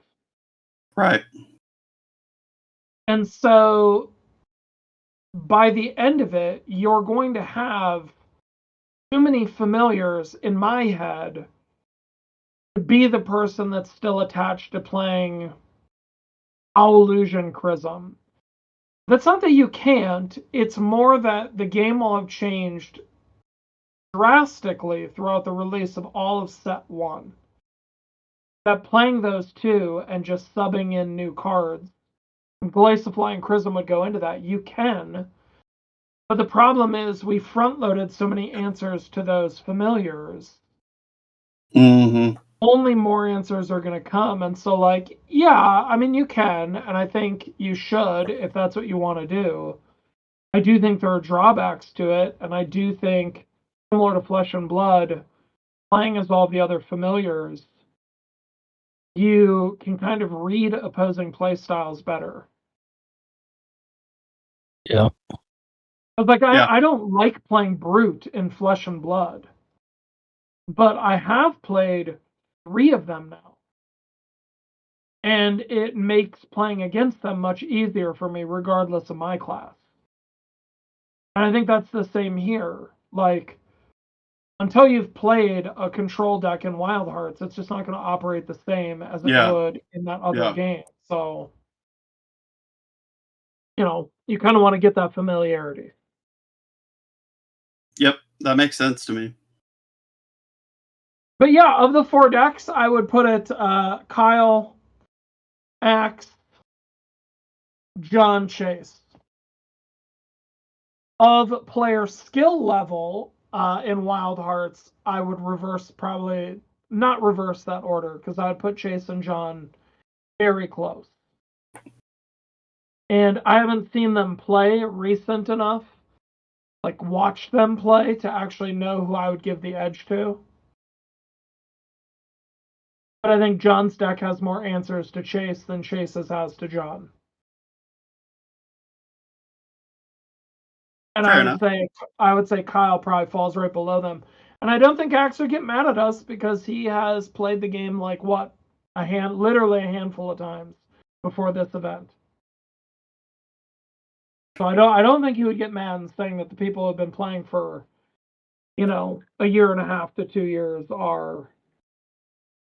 Well, and honestly, that's even me sitting here thinking about the way things have gone about getting railroaded by Chase. Like, I'm not even mad at that. Like, I sit back and I'm like, do I wish I had done better, given a better performance? Yeah, sure. But at the same time, I'm like, I also respect that putting significantly more time and effort into the game over a longer amount of time, he's probably just going to be better at it. Maybe. Not that say that can't be caught up with at some point. Like, not to discourage anyone listening, because I'm certainly going to keep trying, but. Right. Because I don't necessarily know that time. I do think there is a talent aspect to it, and I do think Absolutely. some of it is evaluating like how you put together decks and improving every time. Like we were talking about Shockwave on the last one going 3-0. Then he lost those next 2 matches. And so but 3 matches for Shockwave is better than the last event, and that's better than the event before that. So there have been improvements every time, and repetition Yeah. matters, familiarity matters. He has only gotten more comfortable, more competent, and better as time's gone on. Because obviously, like me or Randy or Gareth, we could tell him, like, no, that's all really bad. That's terrible. Don't do that with your deck. But for the most part, like, we've just sort of let him learn on his own. Yeah. And his growth as an individual player has, gone up with every single event. Yeah. So. All right. Any more thoughts on the Lops decks before I go to our last mailbag question? No. All right. Nope. This one is submitted by Samuel Graham Does TCGs. So there's been a lot of chatter in the Discord server. I just have to ask, are you trolling me, Notabot, with the whole Domino's pizza thing, or is that a sincerely held opinion? No, that's a real opinion. That's a Okay. real opinion. Okay. So for context, I spent a year in the UK. I spent 11 months in Austin. I have been to New York at least 8 times. I've been to Chicago at least 5 times. I lived in Portland for a year. I'm sorry, but again, it's like telling me, I made this comparison, but you telling me like these BS hipster places are so good is like the weirdo who's like, hey, welcome to St. Louis. This little hole in the wall has the best burgers. And then you go there and you're like, no, they don't. Culver's, Five Guys, all of these places make a better burger. This hole in the wall, I get that you like it, but it is not better and it's not great. We went to, just for context, Erica and I, for our anniversary, pregnant with our daughter, we went to Illinois for our anniversary. We drove. It was super fun. Made a weekend of it. It was like a long weekend. We were there, and your deep dish place that we went to. This is the best deep dish in Chicago. That style of pizza is hot garbage. I've been to Italy. They would tell you the exact same thing. This style of pizza is That's not fair. actually pizza. It's like going to Detroit and telling me that's pizza. Not really, because the way you make your bread is dumb. It's like going to New York and telling me that's the best pizza. Well, make better sauce then. I don't know how to tell you this. The quality of pizza is determined by how many different factors. The sauce on your New York pizza is not good. Where are your tomatoes from? Upstate New York? Hard pass. Hard pass. So So then I we compare it to, will. Go ahead. I was just gonna say, then we compare it to. Now I'm a little biased because my first job at 15 was Domino's Pizza. But to this day, you cannot find me a better balanced recipe than that. Their Italian sausage beats whatever it is you have. I don't like pepperoni, so I'm not going to go there. But their Italian sausage beats whatever it is you have. Every New York place I've ever been to, why is your pepperoni so greasy? 4.9 stars and your pepperoni is this greasy? That can't be right. Use a better cheese, use a better pepperoni. It's not trolling. Like I said, it's not. I promise you it's not. Fair enough. I went to the best burger joint, okay, in Pennsylvania. Literally rated 4.8. I'll shoot you a link to this. Best burger joint. They said it was amazing. Okay. Then I come home and I'm like, let's get a double bacon cheeseburger from Culver's. This burger smoked that so much that this place should be out of business because my burger costs like 1.75 times what it costs at Culver's. And I didn't get fries with it. I didn't get a drink with it. It was literally just the burger. It wasn't very good in comparison because I don't know if you guys know this, but the economy's not great. The money does have to be a factor. Money has to be a factor. And if money is a factor, which it should be, Garrett's power just went out again, guys. Oh dear. If money has to be a factor to some extent, no, I was not trolling you on the pizza. I don't usually troll when it comes to that stuff. Wild Heart stuff all day, of course. Sure. That's just fun for me to tell. Like when I tell you, like, I think Chrism sucks, that would go completely, it would fly in the face of all familiars are created equally. So you know that I'm not serious when I say Chrism sucks or Glaciafly sucks. No, I don't love playing them the way you do. But I still think every familiar is amazing. Yeah. And I could play with any of the familiars in set 1, set 2, set 3, wouldn't matter. All of them are amazing. I love all of them. I just like teasing you. When it comes to pizza, Yeah.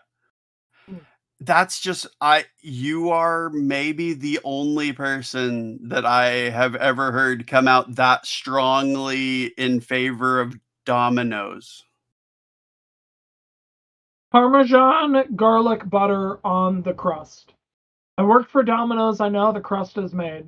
Your tiny pizza chain where it's made by hand, they're not very good at it. They're not very consistent either. Name any pizza. They're not good and they're not consistent. That's fair. Domino's has a formula. They have a consistency. I don't love that their crust is made with cornmeal because I don't love cornmeal.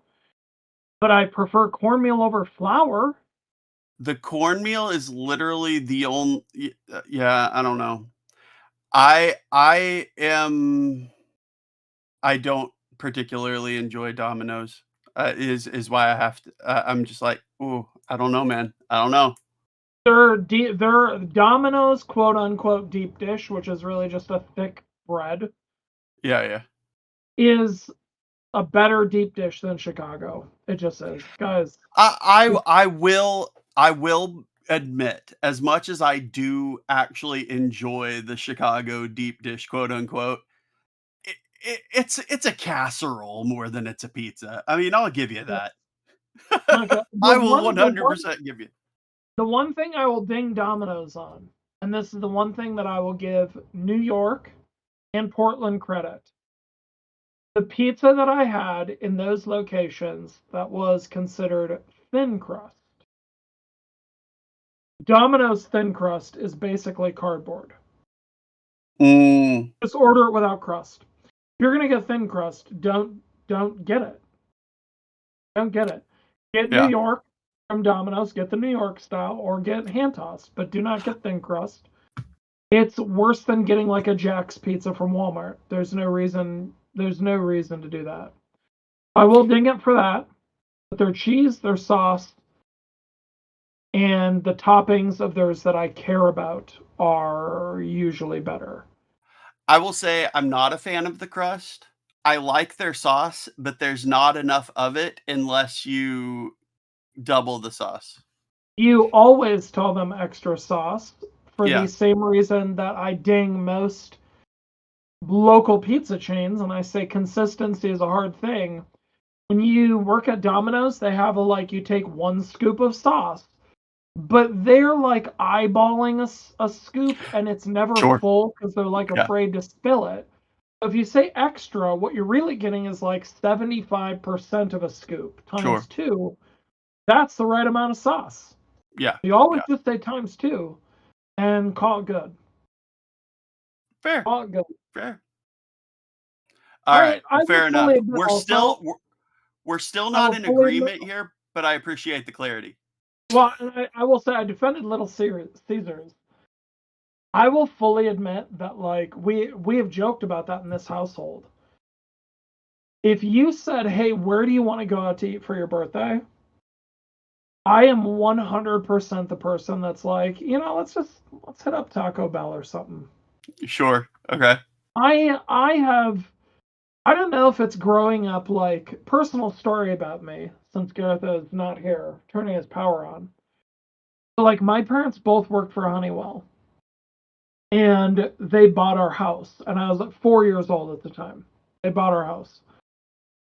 Literally not 30 days after they bought our house, both of my parents were laid off as Honeywell decided to ship jobs to Mexico and lay off everyone here. Now, my grandparents both retired from Honeywell with fantastic packages. My parents thought they were going to end up doing the same. They did not. And so at age 4, both of my parents had to go back to school. My dad went to school to be an electrician. My mom went to school to be a vet, and they had to each kind of take turns going to school. My dad went to school first. We didn't have any money. So I grew up eating this is before Walmart had a great value brand, which is pretty consistent and not bad. Not great, but it's not bad. But it's acceptable. Yeah. This is before that existed. We were having the pre-great value generics as a kid growing up. Me and my siblings were splitting for dinner a box of mac and cheese that my mom would make exceptionally watery. Almost I just grew up with poor, no money, very cheap taste. And when I was in the UK, my buddy took me to this incredibly fancy, we're talking 7 courses, you're getting served, you're going to fall in love with this place. I just really hate that experience. I really hate it. I don't even like baseball, and I would sooner go to a baseball game with you and have a hot dog before I would go to one of those expensive, 5-star restaurants or whatever. That does not appeal to me at all. So I also have just accepted I have very cheap taste.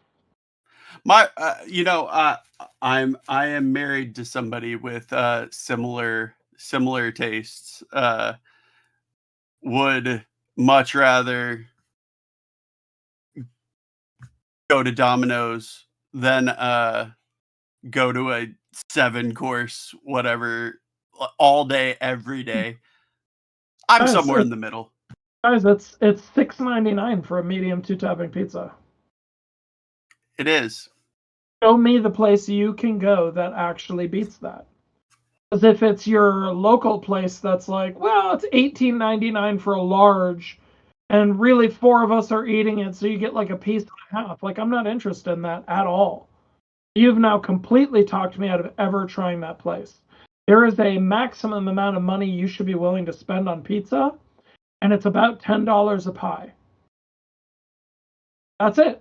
If a pizza costs you more than $10, you probably shouldn't be ordering it. That's insane. See, and I'm the go a little bit more for one. I think it's wildly unnecessary.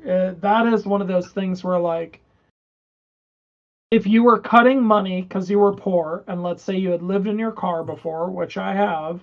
Fair. If you were cutting money because you were poor, I don't think you would ever make the choice of yes, I'm going to forego having something so that I can pay $18.99 for a pizza. No, you wouldn't. That's ridiculous. That's highway robbery, guys. your pizza chain is charging more than, let's just say, $12.99 for a large, they should be boycotted. They should. If their prices are because they can bring it to the table and you guys can share it, that's not a pizza place worth supporting, guys. That's not okay. Now, if it's the one exception to that is if it's New York and the slices are almost like a fourth of the pizza. That's a conversation I'm willing to have. And actually, I will go on the record of saying New York is the closest to what I would be willing to do. And that's because every time I've been in New York, I can order a single slice. I don't have to order a full pizza.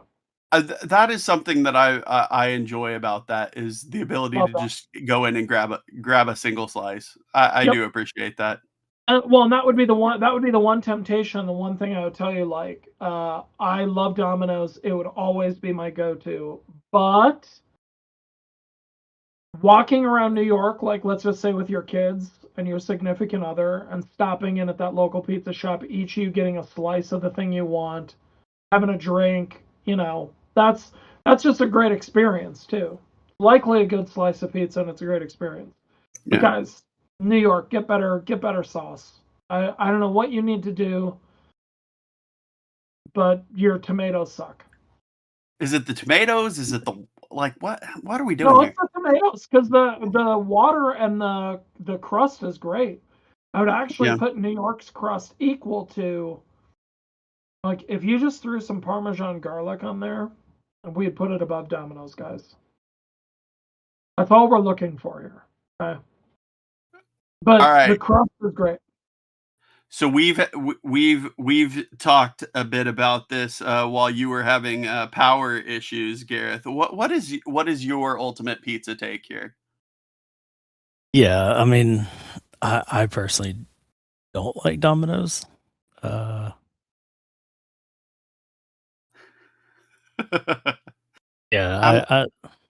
I thin crust. Ooh, he did cover that. The thin crust is rough. I already said, Gareth, if you're getting thin crust, Domino's is not your home, and that's my one ding. My one ding against them. If I can whip your thin crust after it's baked and decapitate someone, that's not something I can put in the body, guys. Do better. Okay? Do better. Shouldn't be a Mortal Kombat weapon, guys. It's a thin crust. Do better. That would be my one ding, Gareth. And I would say if you're going to get thin crust, just get the New York style crust from Domino's. It's what thin crust should be, but better. I've never I will say if I have to go to Domino's, that is how I prefer to roll, is the New York crust. Yeah, I just choose not to go to Domino's, so I don't. Well, you are making a large mistake. Of every pizza chain, you guys can look this up. I've got it pulled up right now. Of every pizza chain, Domino's is actually the highest rated quality ingredients. And its ingredients, according to every evaluation, are actually on par with the suppliers that your local pizza chains use.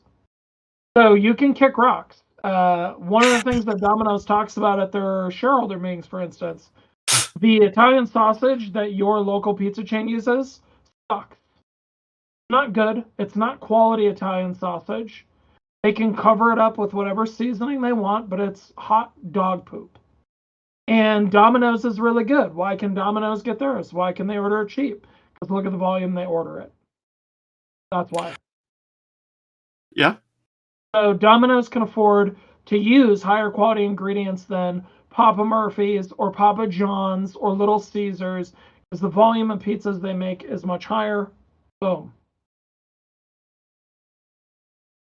So you want about, like, McDonald's is the most popular fast food burger chain, right? But there have been documentaries about how poor their food is. I'll wait for you to send me to the documentary about Domino's food because the only ones that come up when you search for it are two documentaries about how high quality their stuff is.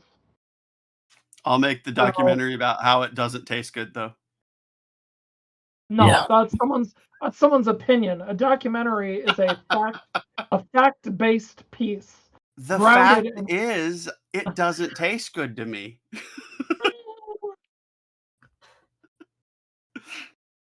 Oh, you guys are Well, something fair else. enough, though. Fair enough. Well, we have survived through thunderstorms, through power surges, through internet going out of whack. Uh, do we have any other closing thoughts today after our riveting pizza discussion? Follow series 2. Follow series 2. That's number 1. And here's the thing. You tell us that you're following it. We know that you're not. Because we know who's currently following it, and it's not you. Same it as you. That's fine. Gareth highlighted baubles. Do you guys Come get like these baubles. Yeah, do you guys like baubles? Get it It's together. going to make me play tactics. What the heck? Well, hold on though, because I did say there are baubles That's true. elsewhere.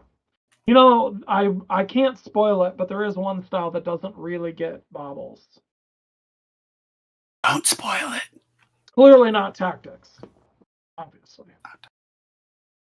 And then this week we should have the graphic design rolled over on a game called Wild Hearts Champions. Excitement. So if you're interested in playing as your favorite tamers, like Valentina, there's a tarot size card. Normal size card, tarot card. But yes, All right. I'll be excited to see that. All right, though. This has been a slightly chaotic with all of our weather and technology woes going on, but thank you for joining us for another episode of Tamer Talk. I've been Samuel Graham Does TCGs, and with me has been Not a bot. Y'all have a great rest of your night. Go follow the Series 2 Kickstarter, please. Have a good night. Bye, y'all.